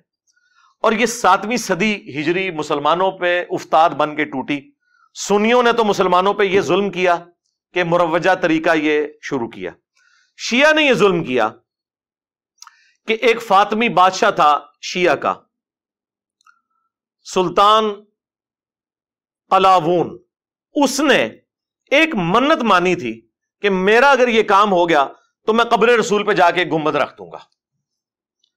678 ہجری میں میلاد شروع ہوا، 604 ہجری میں سنیوں کے زیر قیادت، اور 678 ہجری میں، یعنی یہ 7ویں صدی ہجری بنتی ہے، 6 پوری ہو کے تو 7ویں میں اس نے لکڑی کا ایک گنبد بنوایا اور اسے لا کے قبر رسول کے اوپر رکھ دیا. اس وقت اس کا کلر سفید تھا، گرین کلر تو بہت بعد میں سلطنت عثمانیہ نے اس کو کیا، پہلے سفید گنبد تھا. اور جس نے اسے یہ مشورہ دیا وہ بعد میں معزول ہو گیا، اور لوگ یہ کہتے تھے کہ اس کو سزا ملی ہے اس عمل کی. لیکن بعد میں آج یہ حالت ہے کہ سعودی حکومت کی بھی جرت نہیں ہے گنبد خضرا کو ہٹا دے. حالانکہ جب انہوں نے اس وقت مزارات ختم کیے تھے، یہ کہتے ہیں مزارات شہید کیے تھے. بھئی شہید وہ چیز ہوتی ہے جو اپنی اصل میں قرآن و سنت سے ثابت ہو. جب مسلم شریف میں حدیث ہے، میں تمہیں منع کرتا ہوں قبروں پر عمارت بنانے سے، قبروں کو پکا کرنے سے، قبروں پر بیٹھنے سے، چاہے مجاور بن کے بیٹھنا ہو یا فزیکلی بیٹھنا ہو. اس کے ہوتے ہوئے کس کی جرت تھی کہ وہ قبر رسول کے اوپر کوئی اس طرح کی عمارت کھڑی کرتا؟ رہ گیا حجر عائشہ میں نبی الاسلام کا دفن ہونا، تو وہ آپ علیہ السلام کی خصوصیت تھی. ترمذی میں حدیث ہے، حضرت ابوبکر صدیق رضی اللہ تعالیٰ عنہ نے فرمایا تھا کہ نبی علیہ السلام کی قبر آپ کی چارپائی کے نیچے کھودو، کیونکہ میں نے نبی علیہ السلام سے سنا تھا کہ اللہ تعالیٰ نبی کو اس زمین میں موت دیتا ہے جو سب سے بڑھ کر محبوب ہو. لہٰذا جس جگہ آپ کی ڈیتھ ہوئی ہے ایگزیکٹ اس چارپائی کے نیچے آپ کی قبر کھودی جائے. یہ نبی علیہ السلام کی حدیث کی بنیاد پہ فیصلہ ہوا تھا. یہ نہیں ہوا تھا کہ نبی علیہ السلام کی قبر کے اوپر حجرہ عائشہ بنایا گیا تھا، وہ پہلے سے موجود تھا. کوئی گنبد نہیں تھا، حجرے کے اندر دفن ہوئے. یہ گنبد 678 ہجری میں رکھا گیا. کوئی سوچ سکتا ہے ٹیکنالوجی نہ ہو شاید اس لیے نہیں رکھا. نہیں سرکار، 80 ہجری کے اندر جب ہزاروں صحابہ زندہ تھے، عبد الملک بن مروان بنو امیہ کا جو بادشاہ تھا، اس نے یہ ڈوم آف دا راک بنوایا جس چٹان سے نبی علیہ السلام معراج پہ تشریف لے گئے. قبۃ الصخرہ اسے کہتے ہیں. کتنا بڑا ڈوم ہے، گنبد خضرا سے تو بہت بڑا ہے. وہ اس زمانے میں بنا ہوا ہے. اور اس سے بھی پیچھے آپ چلے جائیں، سیدنا عمر کے زمانے میں جب رومن امپائر آج کا اربوں ڈالر جزیہ دے رہی تھی مسلمانوں کو، تو حضرت عمر تو سونے کا گنبد بنا کے رکھ سکتے تھے. ٹیکنالوجی موجود تھی. آیا صوفیہ نبی علیہ السلام کی پیدائش سے بھی کئی سو سال پہلے کا ہے، جو یہ استنبول میں، اس کا ذرا گنبد دیکھیں، گنبد خضرا جیسے درجنوں گنبد اس میں سے نکلتے ہیں. تو ٹیکنالوجی موجود تھی، لیکن صحابہ کرام کو پتا تھا کہ نبی علیہ السلام کی قبر مبارک پہ اس طریقے سے عمارت نہیں بنائی جا سکتی. اب وہ گنبد بنا بعد میں ہے، اور آج اس لیول پہ جو بندہ اس کے بارے میں بولے اسے گستاخ رسول کہتے ہیں. اور اس گنبد کے بارے میں وہ لوگ بھی بات نہیں کر سکتے جو مزارات کے خلاف بولتے ہیں. ان کی بھی جرت نہیں ہے. وہ زیادہ زیادہ کہتے ہیں نہیں یہ نبی علیہ السلام کی خصوصیت ہے. یہ کہہ کے لوگوں کو خاموش کرواتے ہیں. بھئی آپ کی خصوصیت کیسے ہو گئی؟ جو چیز صحابہ تابعین تبع تابعین نے کی نہیں، 7ویں صدی ہجری میں ہوئی، وہ خصوصیت کہاں سے؟ اسی وجہ سے جو محدث اعظم تھے سعودیہ کے، شیخ ناصر الدین البانی، ویسے تو البانیہ کے تھے، یہاں پہ بعد میں شفٹ ہوئے، وہ آخری وقت تک ان کی سعودی حکومت سے یہی جھگڑا تھا کہ گنبد ہٹاؤ یہاں سے. ان کو خود نکلنا پڑ گیا سعودیہ کی سرزمین سے، حرمین سے، اس کی پاداش میں. اور یہاں پہ وہ جناب ہمارے وہ بولے بالے طارق جمیل صاحب بتا رہے ہیں کہ جی یہ گنبد خضرا جو ہے علماء دیوبند نے بچایا. انہوں نے کہا تھا کہ جناب وہ یہ اس پہ اجماع ہو چکا ہے اور یہ ہو چکا ہے. انہوں نے خط لکھا. وہ کس کے کہنے میں میرے بھائی؟ وہ خود ادھر کے علماء نے کہا تھا کہ یہ بہت بڑا ایک ریونج کھڑا ہو جائے گا. اور انہوں نے کہا کہ دیکھیں بخاری مسلم میں حدیث ہے، اے عائشہ تیری قوم نئی نئی جہالیت سے نہ پھری ہوتی تو میں حتیم کو توڑ کر خانہ کعبے کی باؤنڈری میں داخل کر دیتا اور ابراہیمی بنیادوں پہ کھڑا کر لیتا. لیکن نبی الاسلام نے اس کو ان اٹینڈڈ چھوڑ دیا. وہ آج تک باہر ہے. بیچ میں ایک دفعہ عبداللہ ابن زبیر نے اندر کیا، پھر حجاج نے توڑ کے باہر کر دیا. وہ ایک سلسلہ ہوا، لیکن اوورآل نبی الاسلام نے بھی فتنے کے ڈر کی وجہ سے ایک معاملے کو نہیں کیا. تو علماء عرب نے اس حدیث کی پلی لیتے ہوئے کہا کہ نہیں. اور پھر آپ جب گنبد اتاریں گے تو پھر نبی الاسلام کی اس حوالے سے بھی بے حرمتی ہو سکتی ہے قبر کی، کہ قرآن میں واضح حکم ہے لا ترفعوا اصواتکم فوق صوت النبی، نبی کی آواز سے بھی اپنی آواز کو بلند نہیں کرنا. اور جن لوگوں کے دلوں کو اللہ نے تقوی کے لیے چنا ہے ان کی اللہ نے نشانی بیان کی ہے کہ وہ رسول اللہ کی بارگاہ میں اپنی آوازوں کو پست رکھتے ہیں. صحابہ کرام کے بارے میں یہ، حضرت ابوبکر عمر کے بارے میں یہ آیت نازل ہوئی تھی، صحیح بخاری میں آتا ہے، جب وہ آپس میں جھگڑ پڑے اور حضور سے ان کی آواز بلند ہوگی. اور عبداللہ ابن ابی ملیکہ کہتے ہیں قریب تھا کہ اس مخلوق کے دو بہترین لوگ برباد ہو جاتے جب رسول اللہ کی بارگاہ میں انہوں نے انجانے میں اپنی آواز بلند کر دی، اور وہ ابوبکر عمر تھے. اس کے بعد بخاری کے الفاظ ہیں حضرت عمر اتنا آہستہ بولتے تھے کہ حضور کہتے تھے مجھے آواز نہیں آ رہی، اونچا بولو، اتنا ڈر گئے. پھر اللہ تعالیٰ نے اگلی آیات نازل کی ان الذین یغضون اصواتهم عند رسول اللہ، بے شک جو لوگ اپنی آوازوں کو پست رکھتے ہیں رسول اللہ کے حضور، یہ وہ لوگ ہیں جن کے دلوں کو اللہ نے تقوی کے لیے چن لیا ہے، ان کے لیے مغفرت اور اجر عظیم ہے. اور یہ ساری آیات آج بھی روزہ شریف کے اوپر لکھی ہیں. اب تو خیر انہوں نے بڑا چوڑا کر دیا، ایک انہوں نے ختم نبوت والی آیت لکھ دی ہے ما کان محمد ابا احد من رجالکم ولکن رسول اللہ وخاتم النبیین. سینٹر میں انہوں نے وہ لکھی ہے یا ایھا الذین آمنوا لا ترفعوا اصواتکم فوق صوت النبی، نبی کی آواز سے اپنی آواز کو بلند نہ کرو. اور پھر اس طرف انہوں نے لکھی ہے وہ ان الذین یغضون اصواتهم عند رسول اللہ. یہ تینوں آیات انہوں نے پہلے بھی لکھی تھی سلطنت عثمانیہ کے دور میں، لیکن اب انہوں نے ذرا چوڑا کر کے وہ ساری وہ جو روزہ شریف دوبارہ سے بنایا ہے تو اس کے اوپر یہ آیات انہوں نے لکھی ہوئی ہیں. تو اس وجہ سے بھی اس وقت علماء عرب نے کہا کہ اگر اب اس طریقے سے ٹھوکا ٹھاکی شروع ہو جائے گی تو پھر، حالانکہ اس کا کوئی سولوشن نکالا جا سکتا تھا. بہرحال اب وہ چونکہ ہے تو وہ اس کو ہم مینٹین بھی کرتے ہیں، ہر سال پینٹ ہوتا ہے. گرین کلر تو آپ کو پتا ہے، ویسے ہی گرین اور ریڈ کلر ایسے ہیں جو دھوپ میں زیادہ عرصہ نہیں نکالتے، اڑ جاتے ہیں. تو ریگولر بیس کے اوپر اس کے اوپر پینٹ بھی ان کو کرنا پڑتا ہے. وہ پینٹ جب پھر اترتا ہے وہ تبرکن پاکستان آتا ہے. میرے پاس بھی کچھ پڑا ہوا ہے، مجھے بھی کسی نے گفٹ دیا تھا، وہ ہمارے جیلم کے ایک پینٹر تھے جو پینٹ کرتے تھے گنبد خضرا کو، تو انہوں نے مجھے اتنا سا لا کے دیا تھا. تو وہ پھر ایک سلسلہ چل نکلا ہوا ہے اس کی وجہ سے، لیکن بنیاد وہی بنی ہوئی ہے. اب دنیا میں جتنے مزار ہیں نا وہ پلی ادھر سے لے رہے ہوتے ہیں. حالانکہ اس وقت تھوڑی سی جرت دکھاتی سعودی حکومت، جہاں پہ اتنے بڑے بڑے مزارات بقیہ غرقت میں تھے وہ انہوں نے ختم کیے. گنبد خضرا کو بھی اس وقت، اب بہرحال مجھے بھی لگتا ہے کہ اتنا آسان کام نہیں ہے، کیونکہ میڈیا کا دور ہے اور میجورٹی تو ان لوگوں کی ہے جو اسے جائز سمجھتے ہیں، حکومتی لیول کے اوپر بھی. اب حالات و واقعات بہت مشکل ہیں ان کے لیے ایسا کرنا. بہرحال یہ میں نے آپ کو بتایا کہ 7ویں صدی ہجری کے اندر ایک میلاد کا تحفہ سنیوں نے مسلط کیا اس امت کے اوپر، اور یہ گنبد خضرا کا تحفہ شیعہ نے مسلط کیا، جو آج تک اس کا بوجھ یہ امت اٹھائی پھر رہی ہے اس حوالے سے کہ جو اس کے بارے میں کوئی جائز بات بھی کرتا ہے الٹا اس کے اوپر گستاخی کا فتویٰ لگا دیتے ہیں. پھر اکثر لوگ آپ کو یہ بھی کہتے سنائی دیں گے جی دیکھیں جی اقبال ڈے مناتے ہیں، جناح ڈے مناتے ہیں، انڈیپینڈنس ڈے مناتے ہیں، اپنے بچوں کی برتھ ڈے مناتے ہیں، تو نبی الاسلام کی برتھ ڈے نہ منائیں. ہم کہتے ہیں ضرور مناتے اگر اس کا تعلق دین کے ساتھ نہ ہوتا. چونکہ نبی الاسلام ایک ریلیجس پرسنالٹی ہے، آپ کے بارے میں آپ نے جو بھی عقیدہ کلیم کرنا ہے وہ بڑی ذمہ داری سے کرنا ہے. وہ اللہ کے پیغمبر ہیں صلی اللہ علیہ وآلہ وسلم، ان کے ساتھ ہمارا دین اور آخرت جڑی ہوئی ہے. آپ کے ساتھ کوئی بھی ایسی چیز منسوب کرنی ہوگی تو نبی الاسلام کی اجازت کے بغیر، آپ کی تعلیمات کی روشنی کے بغیر یہ پاسبل نہیں. اور وہ تعلیمات وہی ہیں فیہ ولدت وفیہ انزل علیہ. میں پیر کا روزہ اس لیے رکھتا ہوں کہ اس دن میں پیدا ہوا اور اس دن مجھ پر پہلی دفعہ وہی نازل ہوئی. اچھا بعض لوگ پھر وہ پلی لیتے ہیں، دیکھیں جی جدید دور ہے، اس میں یہ طریقے اڈاپٹ کیے جاتے ہیں. ہم دیکھیں گستاخانہ فلمیں اور کارٹون پہ پلے کارڈ اٹھاتے ہیں، تو یہ بھی طریقہ آپ نے اڈاپٹ کیا ہوا ہے. مسجد میں قالین، اے سی، پنکھے، لائٹنگ، تو ہم میلاد کی لائٹنگ نہیں کر سکتے. اللہ کے بندو یہ وہ ساری چیزیں ہیں جو دین کی اصل کو سپورٹ کرنے والی ہیں، اور اس کی اصل صحیح مسلم میں موجود ہے. جب کچھ غریب لوگ مسلمان ہوئے، نبی الاسلام کے چہرہ مبارک پہ ناگواری کے آثار آئے، آپ نے صحابہ کو ترغیب دلائی، مسجد نبوی میں خطبہ دیا، تو ایک انصاری اٹھا اور گھر سے اتنا بڑا بورا لے آیا سامان کا، لا کے مسجد نبوی کے سین میں رکھا. اس کو دیکھ کے لوگ اتنے امپریس ہوئے کہ اس نے اتنی ہمت دکھائی ہے، حالانکہ اتنا امیر آدمی نہیں تھا وہ. تو باقی لوگ بھی اپنے گھروں میں گئے اور پورا مسجد نبوی میں ایک ڈھیر جمع ہو گیا. نبی الاسلام اتنے خوش ہوئے، آپ نے فرمایا جس نے اسلام میں اچھا طریقہ جاری کیا، یعنی جس طرح اس انصاری نے کیا، جتنے لوگ اس پر عمل کریں گے اس کا ثواب اس کو ملے گا اور ان کے ثواب میں بھی کمی نہیں ہوگی. سنتن حسنتن کے الفاظ ہیں.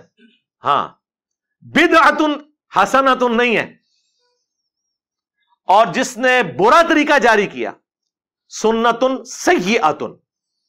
جتنے لوگ اس پر چلیں گے تمام کا اکٹھا وبال اس پہ ہوگا اور ان کے وبال میں بھی کمی نہیں آئے گی. یہ اس موقع پہ آپ علیہ السلام نے فرمایا تھا. تو دین اصلی جگہ موجود ہو اس کے لیے آپ کچھ کرتے ہیں. مثلا منڈے کا آپ کسی کا روزہ رکھوا دیتے ہیں, کھلوا دیتے ہیں, ٹھیک ہے, کوئی مسئلہ نہیں ہے. ہم ہوائی جہاز میں حج کے لیے جاتے ہیں لیکن حج کے ارکان تو وہی ہیں, وہی ارکان ہیں جو ہم ادا کرتے ہیں. اسی طریقے سے بخاری اور مسلم کتابی شکل میں لانا یہ خلفائے راشدین نے تو نہیں کیا, ایک اسلام میں اچھا طریقہ ہے جو انہوں نے جاری کیا, لیکن احادیث اصلی وہی ہیں, اپنی جگہ پہ ہیں.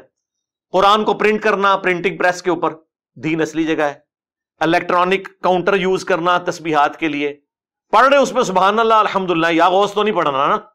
ہاں اسی طریقے سے کیمرے میں ویڈیو کو ریکارڈ کرنا یا مسجد میں ایئر کنڈیشن لگانا, یہ ساری کی ساری چیزیں دین کو سپورٹیو ہے. دین کے طور پر نہیں, دین کو سپورٹیو ہے, اگرچہ ان کا سباب ہے لیکن اصلی دین اپنی جگہ ہے. لیکن دین میں جب کوئی چیز داخل کریں گے تو وہ بخاری مسلم کی حدیث ہے, من احدث فی امرنا ھذا فہو رد. جس نے ہمارے تعلیم کیے ہوئے دین میں کوئی چیز داخل کر دی وہ مردود ہو جائے گی. فجر کے کوئی 2 کی بجائے 4 فرض پڑے مردود. باقی چیزوں کی تو کوئی حیثیت ہی نہیں رہتی. آپ نماز بھی فالتو پڑھ دیں, چلیں کام میں تو سمجھ آتی ہے کہ کمی رہ گئی, فالتو کیوں نہیں قبول؟ نبی علیہ السلام کے طریقے سے ہٹ جی منع کدھر ہے؟ جی منع ہے جی. مسلم شریف میں حدیث ہے فَإِنَّ خَيْرَ الْحَدِيثِ كِتَابُ اللَّهِ وَخَيْرَ الْهَدِيِ هَدْيُ مُحَمَّدٍ صلی اللہ علیہ وآلہ وسلم وَشَرَّ الْأُمُورِ مُحْدَثَاتُهَا وَكُلَّ مُحْدَثَةٍ بِدْعَةٍ وَكُلَّ بِدْعَةٍ ضَلَالَةٍ وَكُلَّ ضَلَالَةٍ فِي النَّارِ. کچھ الفاظ سنن نسائی میں ہے, مین سٹرکچر مسلم شریف میں اس کی. آگاہ ہو جاؤ, سب سے بہترین کلام اللہ کی کتاب ہے, سب سے ہدایت یافتہ راستہ محمد صلی اللہ علیہ وآلہ وسلم کا ہے. بدترین کام وہ ہیں دین میں جو خود سے جاری کر دیے جائیں, اور وہ تمام کام بدعتیں ہیں, تمام بدعتیں گمراہیاں ہیں, اور تمام یہ گمراہیاں اور بدعات جہنم میں لے جانے والی ہیں والعیاذ باللہ تعالی. تو منع ہی ہے نا.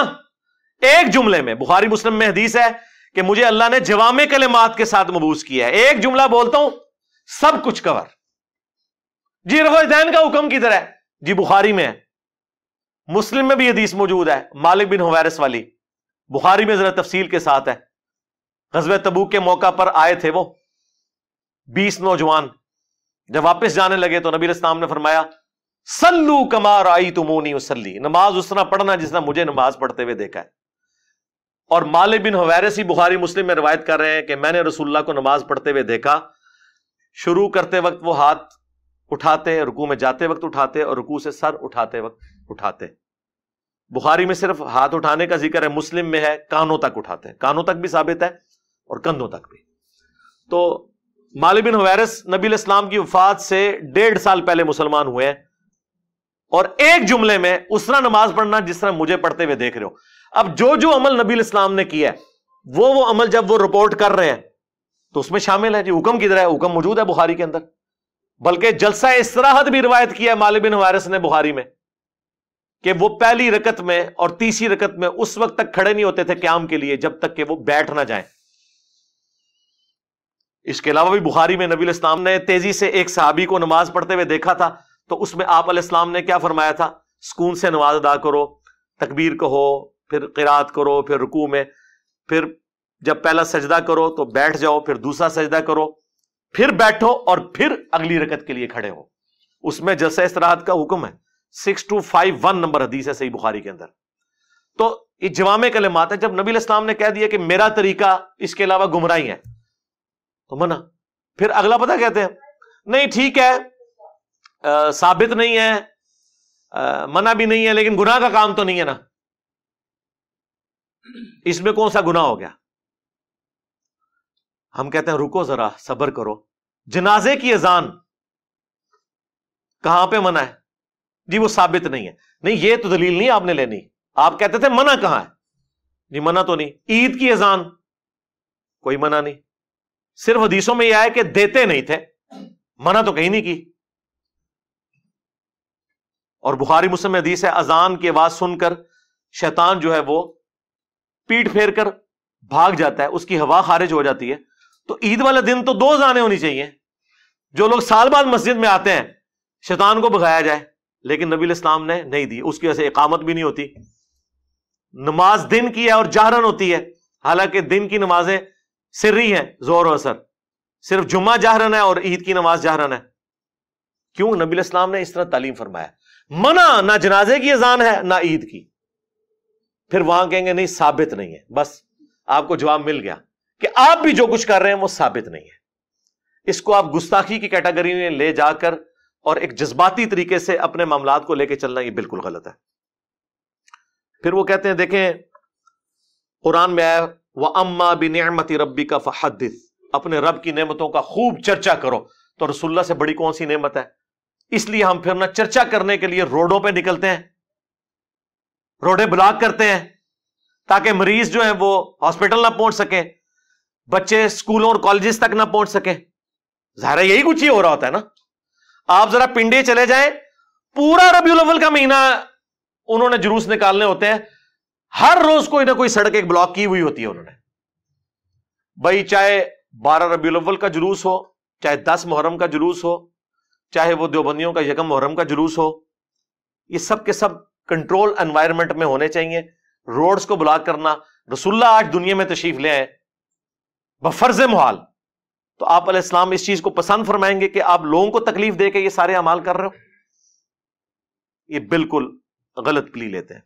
پھر وہ کہتے ہیں، دیکھیں جی بخاری میں ایک حدیث ہے کہ ابو لہب کی ایک لونڈی تھی سویبہ، وہ ابو لہب نے حضور کی پیدائش کی خوشی میں اسے آزاد کیا، تو مرنے کے بعد کسی نے خواب میں دیکھا تو اسے اس انگلی سے رطوبت پلائی جاتی ہے. یہ بے سند روایت ہے، چلیں اسے آپ ٹھیک بھی مان لیں، ایک خواب بیان ہوا. اس میں سے یہ کہاں ثابت ہو گیا کہ اس روایت کی بنیاد پہ نبی علیہ السلام ہر سال 12 ربیع الاول پہ لونڈیاں آزاد کرتے تھے، یا خلفائے راشدین لونڈیاں آزاد کرتے تھے، یا یہ جو کہتے ہیں وہ لنگر پکا کے ایک دفعہ حضور نے تقسیم کیا. سنن کبریٰ البیہقی میں آتا ہے اور المعجم الکبیر طبرانی میں. حالانکہ وہ نبی علیہ السلام نے اپنا عقیقہ کیا تھا، میلاد نہیں منایا تھا، ورنہ تو ہر سال منا رہے ہوتے. اس طرح چیزیں لیتے ہیں، وہ آدھا سچ بڑا خطرناک ہوتا ہے، اس کے ساتھ چیزیں جوڑ لیتے ہیں. پھر وہ کہتے ہیں کہ جی نبی علیہ السلام جب ہجرت کر کے مدینہ شریف آئے تو بنو نجار جو آپ کے ننہال سے تھے، ان کی بچیوں نے مدینے کی چھتوں پر کھڑے ہو کر یا محمد یا رسول اللہ کے نعرے لگائے تھے. بالکل لگائے تھے، کیونکہ نبی علیہ السلام سامنے تشریف لائے تھے، ہجرت کی خوشی میں آپ کو ویلکم کیا تھا. آج بھی رسول اللہ سامنے تشریف لائیں، ہم لبیک یا رسول اللہ کے نعرے لگا کے آپ کو ریسیو کریں گے. اس میں میلاد تو ثابت کہیں نہیں ہوتا. یہ تو نہیں تھا کہ ہر سال جب ہجرت کی ڈیٹ آتی تھی تو بچیاں چھتوں پہ چڑھ کر طلع البدر علینا اور یہ سارا کچھ پڑھتی تھی. وہ ایک ایونٹ تھا، اس ایونٹ کو اس وقت سیلیبریٹ کیا گیا. پھر وہ کہتے ہیں کہ جی لائٹنگ کا ثبوت تو اس حدیث میں ہے جو مسند احمد میں ہے، دلائل النبوہ کے اندر بھی ہے اور مشکات میں موجود ہے. بالکل صحیح حدیث ہے. نبی علیہ السلام نے فرمایا میں اللہ کے ہاں اس وقت بھی خاتم النبیین لکھا ہوا تھا جب آدم علیہ السلام ابھی مٹی اور پانی کے درمیان تھے. میں دعائے ابراہیم ہوں، میں عیسیٰ کی بشارت ہوں، میں اپنی والدہ کا وہ خواب ہوں جو انہوں نے پیدائش کے وقت دیکھا کہ ان کے لیے ایک روشنی ظاہر ہوئی جس کی وجہ سے شام کے محلات بھی ان پر روشن ہو گئے. وہ کہتے ہیں اس سے لائٹنگ ثابت ہوتی ہے. نبی علیہ السلام کی والدہ محترمہ کو اللہ تعالیٰ نے یہ بشارت دی تھی کہ آپ سے وہ بچہ پیدا ہوگا کہ جس کا دین، جس کی حکومت بالآخر اس وقت کی سب سے بڑی سپر پاور رومن امپائر کو بھی سپر سیڈ کر جائے گی. یہ ایک بشارت تھی. اس سے نبی علیہ السلام کے گھر والوں نے، اہل البیت نے یا خلفائے راشدین نے کبھی یہ رزلٹ نہیں نکالا کہ وہ 12 ربیع الاول کے اوپر لائٹنگ کروانا شروع کرتے. حالانکہ اس وقت بھی دیے مسجدوں میں جلتے تھے، لیکن کوئی ایسا رزلٹ نہیں نکالا گیا. وہ کہتے ہیں نہیں جی عبداللہ محدث دہلوی نے لکھا ہے کہ وہ 3 جھنڈے دیے گئے تھے، ایک نبی علیہ السلام کے گھر پر، ایک خانہ کعبے کی چھت کے اوپر. عبدالحق محدث دہلوی یہ انڈیا پاکستان بنگلہ دیش میں وہ تحفہ ہے کہ جتنی آپ کو یہ بڑی بڑی خرابیاں نظر آ رہی ہیں نا، یہ اس بندے کی وجہ سے ہیں. 1052 ہجری میں فوت ہوئے. جب تک زندہ تھے ان کا اور شیخ احمد سرندی کا آپس میں نا وہ والا ویر تھا جسے ہم پنجابی میں بولتے ہیں، میں جملہ نہیں بولنا چاہتا، وہ انہیں گمراہ سمجھتے تھے وحدت الوجود اور وحدت الشہود کے اختلاف میں. وہ شیخ احمد سرندی جسے یہ مجدد الفسانی کہتے ہیں، بریلوی بھی، دیوبندی بھی، اہل حدیث بھی، وہ تو ہم نے آگے بتایا کہ اس نے کیا کیا کام ڈالا ہے. شیخ احمد سرندی 1034 ہجری میں فوت ہوئے 1034 میں، اور یہ فوت ہوئے 1052 میں، ایک ہی زمانے میں، اور ایک دوسرے کے ان کی ظاہر ہے وہ اپنی اپنی امپائر چل رہی، وہ نقشبندیہ سلسلہ سے تھے، یہ قادری سلسلے سے تھے. بہرحال خیر یہ معاملات چلتے رہے. یہ اس نے اس طرح کی ساری اوٹ پٹانگ باتیں جمع کی ہیں، اور وہی پھر دیوبند اور بریلویوں کے اندر آئیں، اور وہ آگے معاملات چل پڑے. یہ کوئی نہ آیت ہے نہ حدیث ہے. ڈاکٹر طاہر القادری صاحب نے کوشش کی، وہ کہتے ہیں جی صحیح مسلم میں ایک حدیث ہے، حضرت معاویہ رضی اللہ تعالیٰ عنہ نے میلاد منایا تھا. آپ وہ حدیث پڑھیں اور اس کے بعد ان کی عقل کا ماتم کریں کہ اس حدیث کے اندر میلاد کا کہاں پہ ذکر ہے. وہ حدیث صحیح مسلم میں بھی ہے، مشکات میں بھی، کہ حضرت معاویہ رضی اللہ تعالیٰ عنہ ایک دفعہ مسجد میں تشریف لائے اور انہوں نے دیکھا کہ کچھ اصحاب بیٹھے ہوئے ہیں، صحابہ اور تابعین، اور وہ آپس میں بیٹھ کے اللہ کا شکر ادا کر رہے ہیں کہ اللہ تعالیٰ نے ہمیں اسلام کی دولت سے سرفراز کیا، نبی الاسلام دنیا میں تشریف نہ لاتے تو ہم گمراہی کی زندگی مر جاتے. تو معاویہ نے آ کے ان سے پوچھا تم لوگ کیا باتیں کر رہے تھے؟ انہوں نے کہا ہم تو اللہ کا شکر ادا کر رہے تھے. تو انہوں نے کہا اللہ کی قسم اٹھاؤ کہ تم یہی کام کر رہے تھے. سب نے کہا کہ ہم قسم کھاتے ہیں کہ ہم اسی لیے یہاں بیٹھے ہوئے یہ باتیں کر رہے تھے.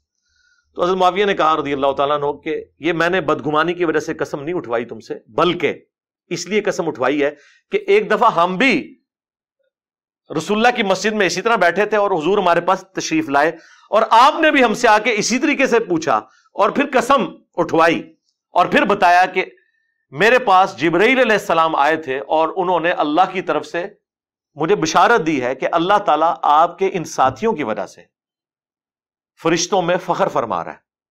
کیونکہ فرشتوں نے کہا تھا نا اس زمین میں دنگا و فساد کریں گے، لیکن وہ لوگ بھی ہیں جنہوں نے نبیوں کی دعوت کے اوپر لبیک کہا. اس حدیث میں میلاد کا ذکر کہیں نہیں. ہاں یہ ضرور ہے کہ نبی علیہ السلام وہ تو سرکار پھر روزانہ ہم رسول اللہ کا احسان جو ہمارے اوپر ہے اس کو تو ہم یاد کرتے ہیں، لیکن کوئی محفل میلاد نہیں تھی. وہ تو جب بھی ہم بیٹھتے ہیں، جب بھی اللہ رسول کی باتیں شروع ہوتی ہیں تو یہی کچھ ہوتا ہے. تو یہ حدیث میں نے آج سے کئی سال پہلے حضرت معاویہ کے فضائل میں بھی بیان کی تھی کہ اس سے ان کی صحابیت ثابت ہوتی ہے. پھر ان کے پاس ایک اور بڑا حربہ جس سے وہ دیوبند اور اہل حدیث کو قابو کرتے ہیں، وہ کہتے ہیں تمہارے ابے نے لکھا ہے، ابن تیمیہ نے اقتداء الصراط المستقیم میں، کہ میلاد منانا اگرچہ بدعت ہے لیکن اس کے پیچھے چونکہ نیت اچھی ہے لہذا ثواب ملے گا. میں جب نیا نیا اہل حدیث کی طرف گیا نا تو بس یہ چند ایک باتیں تھی جن کی وجہ سے مجھے سمجھ آ گئی کہ آپ فرقہ اڈاپٹ کریں گے تو آپ کی چمڑی اترے گی. تو مجھے آج بھی یاد ہے، میں وہ اہل حدیث کی مسجد میں بیٹھا ہوا، یہ 2008 کی بات کر رہا ہوں، آج سے 14 سال پہلے. اس وقت ہمارا یہ عربی والا فتنہ بس جیلم شہر تک ہی تھا. میرے پاس کچھ بریلوی آ گئے اور انہوں نے کہا کہ جی یہ دیکھیں آپ کے ابن تیمیہ لکھے. میں نے کہا میرا کون سا ابن تیمیہ بھائی، ہمارا تو امام وہ ہے جس کی قبر مدینے میں ہے صلی اللہ علیہ وسلم. اچھا وہ ایکسپیکٹ کر رہے تھے کہ یہ باطل تعویلات کرے گا اور اس طرح کرے گا. میں نے کہا یار غلط لکھا ہے اس نے. بدعت اگر کسی چیز کو آپ کہہ دیں اس کے بعد آپ اس کی حسن نیت پہ ثواب کی بشارت نہیں کہہ سکتے، کیونکہ نبی علیہ السلام نے فرمایا کل بدعۃ ضلالہ وکل ضلالۃ فی النار. تو یہ ان کا ذاتی فتویٰ ہے، ہم اسے بالکل نہیں ایکسپٹ کرتے. اب دارالاسلام نے جب وہ کتاب چھاپی ہے نا تو اس کے فٹ نوٹ پہ یہ تو ان کی جرت نہیں ہوئی کہ وہ ابن تیمیہ کو غلط کہیں، نیچے انہوں نے لکھ دیا البتہ اگر کسی کو پتہ چل جائے کہ یہ بدعت ہے تو پھر نہیں کرنی چاہیے. اس کی بجائے لکھنا چاہیے تھا کہ بھائی ابو داؤد، ترمذی اور اس سے بھی بڑھ کر مسلم میں حدیث ہے کل بدعۃ ضلالہ وکل ضلالۃ فی النار. تو ہمارے جو بزرگان دین نے جو کچھ لکھا ہے یہ احادیث کی روشنی میں بالکل غلط لکھا ہے، ہم اس فتوے کو آن نہیں کرتے. لیکن یہ فٹ نوٹ نہیں لگایا انہوں نے، انہوں نے لکھا کہ جب پتہ چل جائے تو پھر اس کو وہ میرے بھائی دنیا میں جتنی بھی بدعتیں ہیں نا وہ ثواب کی نیت سے ہو رہی ہے. یہ محرم کے جلوس جو نکل رہے ہیں اس میں جھولے، پنجے، گھوڑوں کے نیچے سے گزرنا، یہ وہ اپنے لیے آخرت کی سعادت سمجھ رہے ہیں، تو ثواب تو پھر ان کو بھی ملے گا اگر یہی فتویٰ ہو. جب یہ ساری باتوں کے آپ علمی جواب دے دینا تو پھر ایک جذباتی اعتراض ہے جس کا جواب صرف یہاں سے آپ کو ملے گا. وہ کہتے ہیں جی چھوڑ دیں ساری باتیں، 12 ربیع الاول کا دن ہے دو گھر ہیں، ایک گھر میں جھنڈیاں لگی ہیں اور نعتوں کی آواز آ رہی ہے، اور دوسرے گھر میں ٹی وی لگا ہوا ہے، لوگ اپنے اپنے کاموں میں ہیں، بتائیں عاشق رسول کون ہے؟ تو ظاہر ایک عام آدمی تو کہے گا کہ وہی عاشق رسول ہے جو 12 ربیع الاول والے دن جھنڈیاں لگائے ہوئے ہیں، اور دوسرا جو ہے اس کو تو خوشی نہیں ہے، وہ کہتے ہیں پھر ہم صحیح تو کہتے ہیں سوائے ابلیس کے جہاں میں سبھی تو خوشیاں منا رہے ہیں۔ ہم کہتے ہیں رکو ذرا، صبر کرو، 12 ربیع الاول سے بھی 2 مہینے پہلے 10 محرم کا ایک دن آیا تھا، ایک گھر سے مجلس میں آہو بکا کی آوازیں آ رہی تھیں اور لوگ اہل البیت پہ کیے ہوئے ظلم کو یاد کر کے رو رہے تھے، اور دوسرے گھر میں کچھ بھی نہیں ہو رہا تھا۔ اس وقت یہ جو دوسرے والا گھر ہے نا، یہ تمہارا بریلویوں کا گھر تھا اور وہ شیعہ کا گھر تھا۔ اب بتاؤ اہل بیت کے عاشق شیعہ ہوئے یا بریلوی ہوئے؟ کہتے ہیں نہیں نہیں، اس کا یہ مطلب تو نہیں کہ ہم ان سے کوئی بغض رکھتے ہیں، یہ ثابت نہیں ہے۔ تو سرکار او بھی ثابت نہیں ہے، آیا انہوں داڑھ تھلے، ہاں یہ داڑھ اسے کہتے ہیں۔ کئی لوگ پوچھے داڑھ کیوں دی؟ یہ جناب جو آخر میں جو داڑھ ہے نا، ہاں یہ داڑھ کا لفظ نبی علیہ السلام نے بھی یوز کیا ہے، ابو داؤد، ترمذی، ابن ماجہ میں۔ میرے بعد تم بہت اختلاف دیکھو گے، اس وقت علیکم بسنتی وسنت الخلفاء الراشدین المہدیین، تم میری سنت اور میرے خلفاء راشدین کی سنت کو لازم پکڑ لینا اور اپنی داڑھوں سے اسے پکڑ لینا۔ ہم نے سنت بھی داڑھوں سے پکڑی ہے اور ان کے بابوں کو بھی داڑھوں کے نیچے لے کے وہ کسی اور نیت میں پکڑی ہے، کسی اور نیت میں، الحمدللہ۔ تو یہ آخر ان کے پاس حل یہی رہ جاتا ہے کہ آپ کو ایکسپلائٹ کرتے ہیں۔ پھر آپ اسی ڈاکٹرن میں جب ان کو جواب دینا، پھر ان کو اندازہ ہوتا ہے کہ یار کسی کے اوپر گستاخی اہل بیت کا فتویٰ لگانا، گستاخ رسول کا فتویٰ لگانا ان باتوں کے اوپر جو دین میں موجود نہیں، جہاں پہ ہو آپ بالکل فتویٰ لگائیں۔ اگر ہم کوئی مس بہیو کرتے ہیں، کوئی اہل بیت کی گستاخی کرتا ہے، ان کی شان کو کم کرتا ہے، لگائیں فتویٰ۔ کوئی نبی علیہ السلام کی گستاخی کرتا ہے، آپ ضرور فتویٰ لگائیں، لیکن وہ کام جن کاموں کو شروعی بعد میں کیا حکومتی لیول پہ آپ کے بادشاہوں نے، ان کی بنیاد پہ آپ لوگوں کے اوپر فتوے لگائیں، تو اپنی اداؤں پر غور کریں۔ صلو علی محمد وآل محمد، اللہم صلی علی محمد وعلی آل محمد واصحاب محمد وازواج محمد وامت محمد اجمعین الی یوم الدین۔